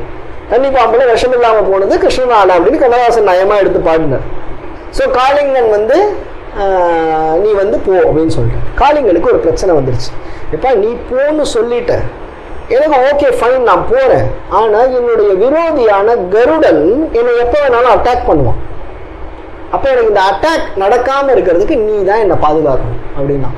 அப்ப கிருஷ்ணன் என்ன பண்ணனா, சரி ரைட், எங்க கருடன் உன்னை அட்டாக் பண்ணுவான்? வந்தானா பாம்போட தலையில தான் கருடன் கொத்தும். அதனால அவனோட காலை சீல் பண்றதுக்கு தான் டான்ஸே ஆடினான். அவனுடைய கால் தடத்தை காளிங்கனோட தலையில வச்சான். அந்த கால் தடம் அங்க பதிஞ்சிச்சு. இந்த கால் தடம் உன் மேல இருக்கிறவர்களும் கருடன் ஒண்ணு அட்டாக் பண்ண மாட்டான், நீ போலாம் அப்படின்னு அனுப்பிச்சு வச்சாங்க. சோ அது மாதிரி இந்த அம்பாளுடைய பாதம் என் தலையில சீலா இருக்கிற வரையிலும் யமன் வந்து என்ன அட்டாக் பண்ண மாட்டான் அப்படின்னு அம்பாள் சீல் பண்ணி அனுப்பிச்சாலாம். ரைட்டா? அடுத்தது, இழைக்கும் வினை வழியே அடுங்காலன் எனை நடுங்க அழைக்கும் பொழுது வந்து அஞ்சலன்பாய் அத்தர் சித்தமெல்லாம் குழைக்கும் களப குவிமுளையாமலை கோமளமே உழைக்கும் பொழுது உன்னையே அன்னையே என்பன் ஓடி வந்தே. இது ஒரு அழகான பாட்டு. சேம் அதே மைங்களா சொல்றார். ஆனா கொஞ்சம் ஒரு சின்ன வித்தியாசம். எப்பவுமே ஒரு கதைன்னா அந்த கதைக்கு ஒவ்வொரு கதாபாத்திரத்தோட பெர்ஸ்பெக்டிவ்ல அந்த கதை அமையும். ராமாயணத்தை ராமனுடைய பெர்ஸ்பெக்டிவ்ல சொல்லலாம், சீதையோட பெர்ஸ்பெக்டிவ்ல சொல்லலாம், லக்ஷ்மணனுடைய பெர்ஸ்பெக்டிவ்ல ராமாயணம் வேற மாதிரி இருக்கும், ஹனுமனுடைய பெர்ஸ்பெக்டிவ்ல ராமாயணம் வேற மாதிரி இருக்கும். ஏன்னா ஹனுமன் நடுவுல தான் இன்ட்ரடியூஸ் ஆகிறான். அப்ப ராமன் பிறந்ததெல்லாம் அவனுக்கே கதை தான். ராமன் பிறந்தப்ப எப்படி இருந்தாங்கிறது அனுமனுக்கு தெரிஞ்சிருக்க வாய்ப்பே கிடையாது. ராமன் குழந்தையா இருக்கும்போது எவ்வளவு அழகா இருந்தான்னு அனுமனுக்கு தெரியவே தெரியாது. சோ அந்த மாதிரி இப்போ இதே விஷயத்த என்ன சொல்லிட்டார், எம்மா நீ என் தலையில பாதத்தை வச்சுட்ட, யமதர்மன் வருவான், என் தலையில அவன் பாதம் இருக்கிறத பார்ப்பான், பார்த்த உடனே அவன் போயிடுவான், நான் மோட்சத்துக்கு வந்துடுவேன். கரெக்டு. ஆனா ஏன் பார்வையில நான் யமனை பார்ப்பனே, யமன் என்ன பார்ப்பான், பார்த்த உடனே எப்பா இது வந்து அம்பாள் சீல் பண்ணிருக்குப்பா, மரியாதையா அவர் அனுப்பிச்சு வைங்கப்பா அப்படின்னு நான் மரியாதையா அவன் அனுப்பிச்சு வச்சிருவான். ஆனா யமனை பார்த்த உடனே எனக்கு பயம் வருமே, என் பெர்ஸ்பெக்டிவ்ல இருந்து இந்த கதையை பார்த்தா எனக்கு பயம் வருமே. அப்ப நீ என்ன பண்ணணும், டேய் பயப்படாதா, நான் சீல் பண்ணிட்டேன்டா, நீ என்கிட்ட தானே வரப்போற அப்படின்னு நீ சொல்லணும். இந்த பக்கம் யமன் வந்து என்னை செக் பண்ணும்போது ஒன்னும் பயப்படாது, அது ஒரு நார்மல் ஃபார்மாலிட்டி, அவன் போற உயிரெல்லாம் கொண்டு போற பழக்கம் அவனுக்கு உண்டு, அதனால வந்து பார்த்தான் ஒன்ன நான் சீல் பண்ணிருக்கேன், நீ எதுக்கும் பயப்பட வேணாம், நீ இந்த பக்கம் வர அப்படின்னு அம்பாள் சொல்லணும். அப்படின்னு அம்பாள் சொல்லுவான், இழைக்கும் வினை வழியே அடுங்காலன் எனை நடுங்க அழைக்கும் பொழுது வந்து அஞ்சல் என்பாய், பயப்படாதரா நான் பாத்துக்கிறேன். அத்தர் சித்தமெல்லாம் குழைக்கும் களப குவிமுளை ஆமலை கோமளமே, இது ஃபுல்லாவே அம்பாளை வர்ணிக்கிறார். அம்மா ஷாமலா கோமலா அப்படின்னு ஃபுல்லா வர்ணிக்கிறார். எப்படி வந்து சந்தனம் தேய தேய வாசனை வருமோ அந்த மாதிரி வாசனை வந்து சிவபெருமானோட உடம்பு முழுக்க வீசுறது. அத்தர் சித்தமெல்லாம் குழைக்கும் களப குவிமுளையாமலை கோமளமே, சிவபெருமான் தன்னோட மனசை வந்து ஒரு கல்லுல போட்டு தேய்ச்சாராம், அதுல இருந்து வந்த வாசனை அம்பாளம். முருகநாயனார் ஒரு நாயனார் தன்னோட முழங்கையே வந்து சந்தனக்கட்டைக்கு பதிலாக தேய்ச்சார். அந்த மாதிரி சிவபெருமான் என்ன பண்ணார், தன்னோட சித்தத்தை எடுத்து வச்சு ஒரு கல்லுல தேய்ச்சாராம், அந்த சந்தனத்திலிருந்து ஒரு வாசனை வந்துச்சான், அந்த வாசனை அம்பாளம். களப குவிமுளையாமலை கோமளமே. சோ அப்படிப்பட்ட அம்பாள் என்ன பண்ணணும், உழைக்கும் பொழுது, நான் கஷ்டப்படும் போது, யமன் வந்துட்டான், யமனை நான் பார்க்கிறேன், பார்த்துட்டு நான் கஷ்டப்படும் போது உன்னையே அன்னையே என்பன், நான் உன்னைதான் அம்மான்னு கூப்பிடுவேன், கிடுகிடுன்னு ஓடி வந்து பயப்படாதா நம்மால் தான் அப்படின்னு சொல்லணும் அப்படின்னு இந்த பாட்டு. இந்த ஓடி வந்தேங்கிற வேர்டை கடைசியா கொண்டு வந்து போட்டார். தமிழ்ல பாடல்களை பொருள் கொள்றதுக்கு நிறைய மெத்தட் இருக்கு. அதுல வந்து அணிநயம்னு சொல்லுவாங்க. ஒரு சொல்ல இப்ப நான் அந்த கற்க கசடர சொன்ன தெரியுமா, கற்க கசடர கற்க நிற்க கற்க அப்படின்னு ஒவ்வொருத்துக்கு பின்னாடி இந்த கற்கங்கிற சொல்ல சேர்த்தது இல்லையா, அந்த மாதிரி இந்த ஓடி வந்தேங்கிற சொல்ல 3 இடத்துல சேர்க்க முடியும். எப்படின்னா, இழைக்கும் வினை வழியே அடுங்காலன் ஓடி வந்தே எனை நடுங்க அழைக்கும் பொழுது. யமதர்மன் மற்றவங்களுக்கு எல்லாம் ஸ்லோவா வந்தாராம், இவருக்கு மட்டும் ஓடி வந்தாராம். ஒருத்தர் திப்பு திப்புன்னு நம்மளை நோக்கி ஓடி வரத பார்த்தா நமக்கு என்ன வரும், பயம் வரும். ஸோ அது மாதிரி யமன் ஓடி வந்து எனை நடுங்க அழைக்கும் பொழுது நீ ஓடி வந்து அஞ்சல் என்பாய். அத்தர் சித்தமெல்லாம் குழைக்கும் களப குவிமுளையாமடை கோமளமே, உழைக்கும் பொழுது ஓடி வந்து உன்னை அன்னை என்பன். இந்த பக்கம் ஒருத்தர் அம்மன் ஓடி வந்தானா இவர் இங்கேருந்து ஓடி போவாராம், அம்மா அம்மா அம்மா அம்மான்னு கத்திட்டே ஓடி போவாராம். அங்கேருந்து அம்மா என்னடாச்சு என்னடாச்சு என்னடாச்சுன்னு ஓடி வரணும் அப்படின்னு இந்த பாட்டு. அடுத்தது, வந்தே சரணம் புகும் அடியாருக்கு வானுலகம் தந்தே பரிவோடு தான் போய் இருக்கும் சதுர்முகமும் பைந்தேன் அலங்களும் பருமணி ஆகமும் பாகமும் பொன் செந்தேர் மலரும் அலறுகதிர் ஞாயிறும் திங்களுமே. இது ஒரு சூப்பரான பாட்டு. என்னன்னா, அம்பாள் என்ன பண்றா, நம்ம முன்னாடியே பார்த்தோம் அம்பாள் எங்கெங்கெல்லாம் இருக்கா, எந்தெந்த ஊர்ல எல்லாம் இருக்கா, எந்தெந்த இடத்துல எல்லாம் இருக்காங்கிறதுக்கு ஒரு பாட்டு பார்த்தோம். உரைகின்ற நின் திருக்கோயில் நின் கேழ்வர் ஒரு பக்கமோ, அறைகின்ற நான்மறையின் அடியோ முடியோ, அமுதம் நிறைகின்ற வெண் திங்களோ கஞ்சமோ எந்த நெஞ்சகமோ மறைகின்ற வாரிதியோ பூரணாச்சல மங்களேன்னு ஒரு பாட்டு பார்த்தோமா. அம்பாள் எங்கெங்கெல்லாம் இருக்கா, இங்க இருக்கியோ அங்க இருக்கியோ அங்க இருக்கியோ இங்க இருக்கியோன்னு ஒரு இடமா பார்த்தாரா. இப்ப புதுசா ஒரு கன்க்ளூஷனுக்கு வர, என்ன கன்க்ளூஷனுக்கு வரான்னா, ஏன் அம்பாள் இங்கெல்லாம் போயிருக்கா அப்படின்னா, அவ என்ன பண்றாளாம், வந்தே சரணம் புகும் அடியாருக்கு வானுலகம் தந்தே. இப்ப நம்ம வீட்டுக்கு யாரோ ஒரு கெஸ்ட் வராங்க, அதை என்ன பண்ணுவோம், வாங்க அப்படின்னு சொல்லுவோம். நம்ம போய் நைட்டு தூங்க போகும்போது அவங்களுக்கு பாய் தலையெல்லாம் எடுத்து கொடுத்து இங்க எடுத்து ரெஸ்ட் பண்ணிக்கோங்க அப்படின்னு சொல்லிட்டு நம்ம போய் நம்ம ரூம்ல தூங்குவோம். நம்ம வீட்டுக்கு இந்திய ஜனாதிபதி வராங்க, திரௌபதி முர்மு, என்ன பண்ணுவீங்க, நம்ம பெட்ரூம் அவங்களுக்கு கொடுத்துட்டு நம்ம வந்து வெளியில படுத்துப்போமா, யாரோ ஒரு கெஸ்ட் வந்தா, இப்போ நம்ம எப்படி சொல்றது, நம்ம பையனோட ஃப்ரெண்டு வரான் அப்படின்னா நீ அவனா அங்கே படுத்துக்கோட ஹாலில் அப்படின்ட்டு நம்ம பெட்ரூம்ல படுத்துப்போம். இந்திய ஜனாதிபதி வந்தா அவங்களுக்கு ரூமை கொடுத்து ஏசி எல்லாம் போட்டு விட்டுட்டு நம்ம வெளியில படுத்துப்போம். கரெக்டா? அது மாதிரி அம்பாளுக்கு யாரு முக்கியம்? அவளோட அடியார்கள் முக்கியம். அவ காலில் போய் இந்த அடியார்கள் விழுந்தோடனே அவ என்ன பண்ணாலாம், எப்பா நீ இங்க இரு அப்படின்ட்டு அவ வேற வேற இடத்துக்கு போயிட்டான். வந்தே சரணம் புகும் அடியாருக்கு வானுலகம் தந்தே. இவன் எங்க போனா? இவனும் சும்மா சாதாரண இடத்துக்குலாம் போக மாட்டான், ஏன்னா அவளும் ரொம்ப முக்கியமான இடத்துக்குல. அதனால எங்க போனாலாம்? பிரம்மாவோட நாவுக்கு போனாலாம் சரஸ்வதியா. மகாலட்சுமியா திருமாலோட மார்புக்கு போனாலாம். வந்தே சரணம் புகும் அடியாருக்கு வானுலகம் தந்தே பரிவோடு தான் போய் இருக்கும். எங்க இருக்கா? சதுர்முகமும். அது எங்க பிரம்மாவுக்கு 4 நாக்கு, ஒரு சரஸ்வதி கிடையாது, 4 சரஸ்வதி. 4 நாக்குலையும் போய் உட்கார்ந்துக்கிட்டாலாம். சதுர்முகமும் பைந்தேன் அலங்கள் பருமணி ஆகமும். தேன் சொட்டக்கூடிய துளசி மாலைகள் அணிஞ்ச நாராயணனுடைய மார்புல போய் உட்கார்ந்துக்கிட்டாலாம். பாகமும். அம்பாள் ஒரே ஒரு இடத்துல மட்டும்தான் வெளிப்படையா தெரிகிறா. வெளிப்படையா தெரியும். அதாவது எப்படின்னா, ஒரு நல்ல இன்னைக்கு அது வழக்கத்துல இல்ல, முன்னெல்லாம் எப்படின்னா யாராவது வீட்டுக்கு வந்தாங்களா லேடிஸ் போய் கதவெடுக்கல ஒழிஞ்சுப்பாங்க. கதவெடுக்கல ஒழிஞ்சுன்னா அங்கிருந்தே எல்லா இன்ஸ்ட்ரக்ஷனும் கொடுக்குற வழக்கம் உண்டு. ராமகிருஷ்ண பரமஹம்சனுடைய மனைவி சாரதா தேவி தன்னுடைய இறுதி காலம் வரையிலும் ஆண்களை நேருக்கு நேர் பார்த்து பேசல. அதுக்கு பதிலாக ஒரு திரை மாதிரி அவங்க அந்த முக்காடை இழுத்து மூடிடுவாங்க. பக்கத்துல கோலாப்மான் இருப்பாங்க, இவங்கள்ட்ட தான் பேசி மற்றவங்கள்ட்ட பேசியிருக்காங்க. ஸோ இது மாதிரி பேசுற வழக்கம் உண்டு. ஸோ அந்த மாதிரி அம்பாள் என்ன பண்ணாலாம், எங்கெல்லாம் போய் மறைஞ்சிக்க முடியுமோ அங்கெல்லாம் மறைஞ்சுக்கிட்டாலாம். எப்படி? பிரம்மாவோட நாக்கில் போய் உட்காந்தா வெளியில தெரியவாளா? மாட்டா. இவரு மாலை, துளசி மாலை போட்டுருக்காரு, இந்த துளசி மாலைக்குள்ள போய் ஒளிஞ்சுக்கிட்டாலாம். இப்படி போய் அம்பாள் எல்லா இடத்துலையும் ஒளிஞ்சுக்கிட்டா பக்தர்கள் தின்னாடி போயிடுவாங்க, எங்கடா போனான்னு தெரியலேன்னு. சரி, அதனால ஒரு பாதி மட்டும் காட்டுவோம் அப்படிங்கிறதுக்காக சிவபெருமான்ல பாதியை மட்டும் காட்டிட்டு இருக்காங்க. பாகமும் பொன் செந்தேன் மலரும் தாமர புஷ்பம், அலர் கதிர் ஞாயிறு சூரியன்ல, அதே மாதிரி திங்களுமே போய் சந்திரன்ல இருந்துகிட்டாங்க. ஸோ இத்தனை இடத்துல போய் அவ இருந்துகிட்டாலாம். நீ கம்ஃபர்டபுளா ஸ்ரீபுரத்துல இரு, நீ இங்க ஜாலியா சிம்மாசனத்துல உட்காந்துரு, நான் போய் இங்கெல்லாம் இருந்துக்கிறேன்ப்பா, எனக்கு இத்தனை இடம் இருக்குப்பா, I have too many rooms அப்படின்னு போய் அங்க ஸ்டே பண்ணிக்கிட்டாலாம். அதனாலதான் அம்பாவுக்கு லலிதா சஹஸ்ரநாமத்தில் ஒன்று சொல்லும், சிருஷ்டிகர்த்ரி பிரம்மரூபா கோப்திரி கோவிந்த ரூபிணி சம்ஹாரிணி ருத்ரரூபா திரோதானகரீஸ்வரி சதாசிவானுகிரகதா அப்படின்னு பேர் உண்டு. என்னன்னா, பிரம்மாவினுடைய நாக்கில் சிருஷ்டிக்காக வேதமாக அவள் இருக்கிறாள், நாராயணனுடைய மார்பில் கோப்திரி வைஷ்ணவியாக இருக்கிறாள் அப்படின்னு வரும். சோ இப்படி எல்லாம் போய் அம்பாள் அன்கம்ஃபர்டபுளா தங்கிக்கிட்டாலாம். அவளோட ஸ்ரீபுரத்தை நமக்கு விட்டு கொடுத்துட்டு அவ அவ்வளவு கருணை முக்கவலாம்.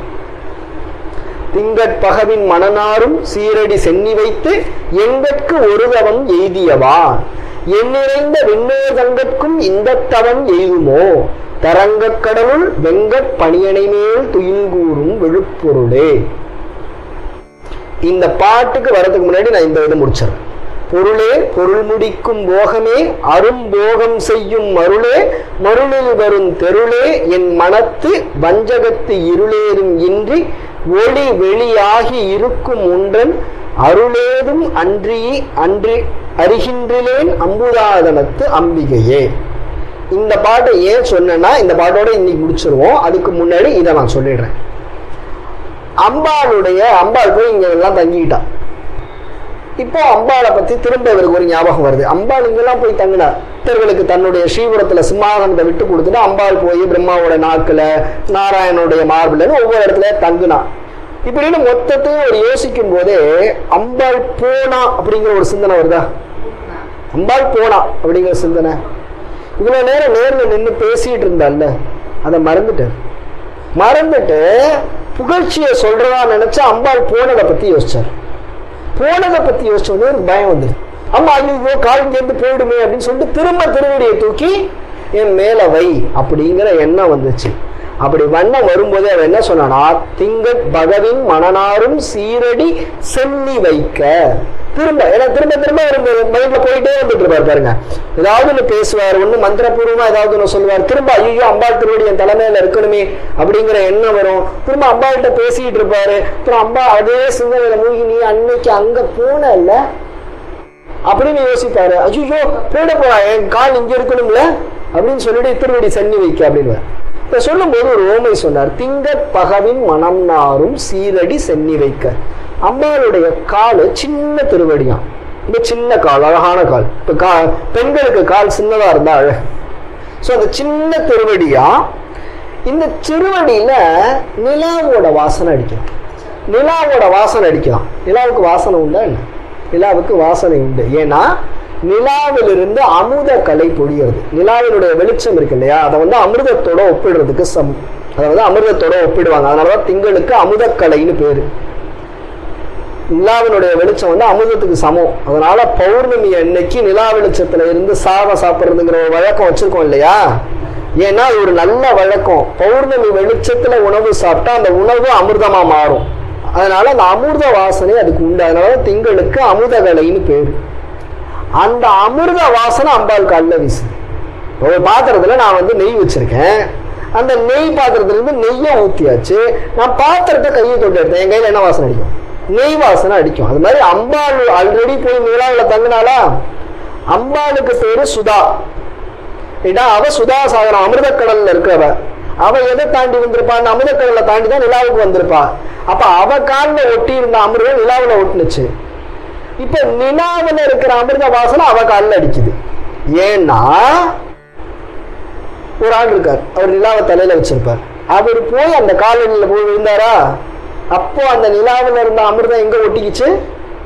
அம்பாளோட திருவடியில ஒட்டிக்கிச்சு. அதனால அம்பாளோட திருவடியில வாசனை வந்துச்சான். நேரடியா போய் அந்த ஆள் விழுந்தாருன்னு சொல்லாம, உன் காலை மோந்து பார்த்தேன், அதுல அமிர்தம் அந்த நிலாவோட வாசனை அடிக்குது, அதனால ஐ எம் கெஸ்ஸிங் தட் அவர் கும்பிட்டு போயிருப்பாருமா அப்படின்னு சொன்னார். திங்கட் பகவின் மனம் நாரும் சீரடி சென்னி வைக்க எங்கட்கு ஒரு தவம் எய்தியவா, எண்ணிறைந்த வானோர்கட்கும் இந்த தவம் எய்துமோ. எனக்கு இந்த திருவடி கிடைச்சது, இது எனக்கு ஏதோ ஒரு விதத்துல கிடைச்சிச்சு. எந்த விதத்துல கிடைச்சது? உன்னுடைய கருணையால கிடைச்சது. அப்போ உன்னுடைய தவம்ங்கிறது உன்னுடைய கருணை. இந்த தவம் அவங்களுக்கு கூட கிடைக்கலையே. எங்களுக்கு ஏன் கிடைக்கல? அவங்க அமிர்தத்தை தான் தேடி போனாங்க. அமிர்தம் வாசம் அடிக்கக்கூடிய திருவடியை தேடி போல. வானோர்களுக்கும் இந்த தவம் எய்துமோ அப்படின்னு சொல்லிட்டு அம்பாள் இந்த இடத்துல ஒரு வித்தியாசமான வர்ணனை சொல்ற.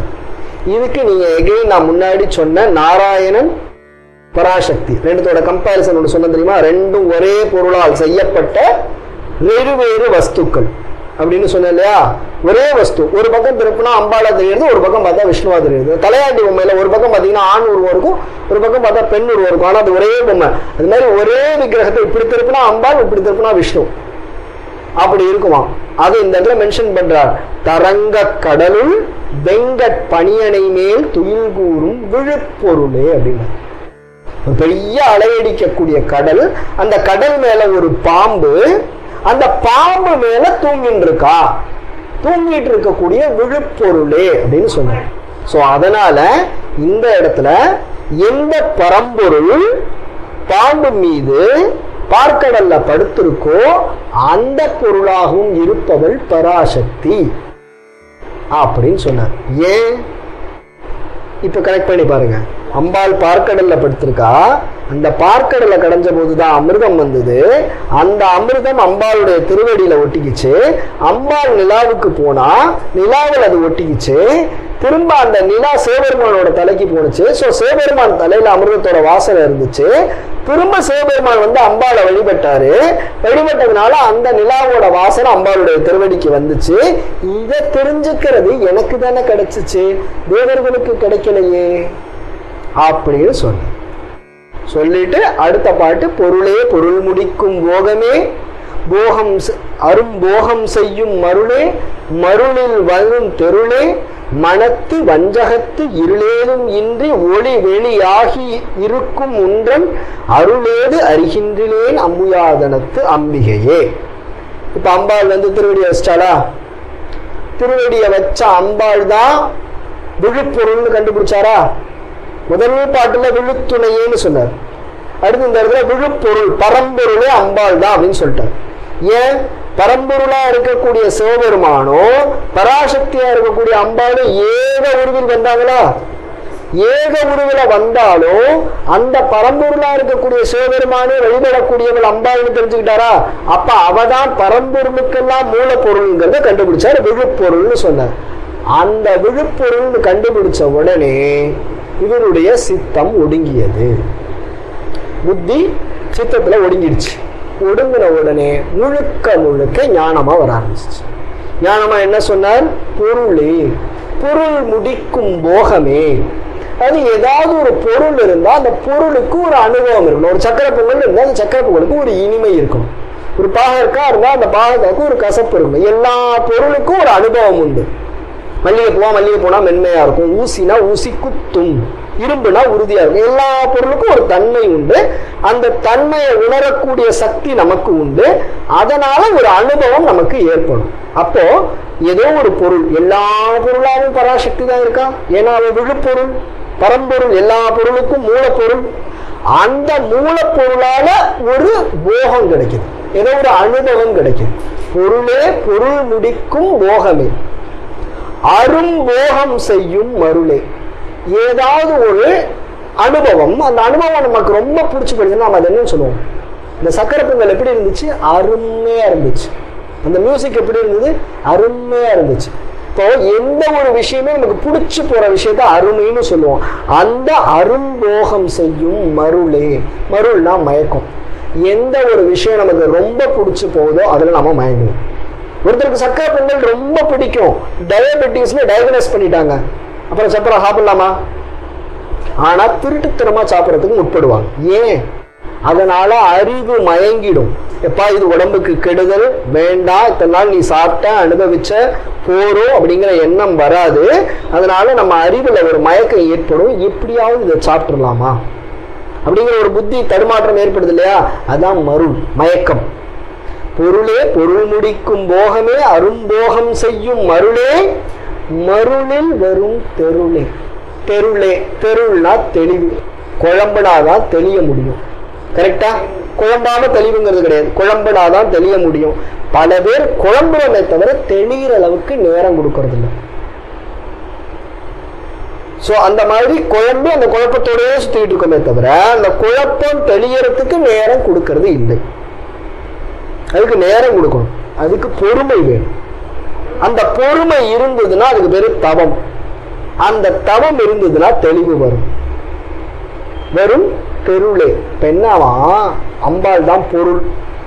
அந்த பொருள்ல இருந்து கிடைக்கக்கூடிய அனுபவமும் அம்பாள். அந்த அனுபவத்தால் ஏற்படக்கூடிய மயக்கமும் அம்பாள். ஏன்னா அவ மாயை.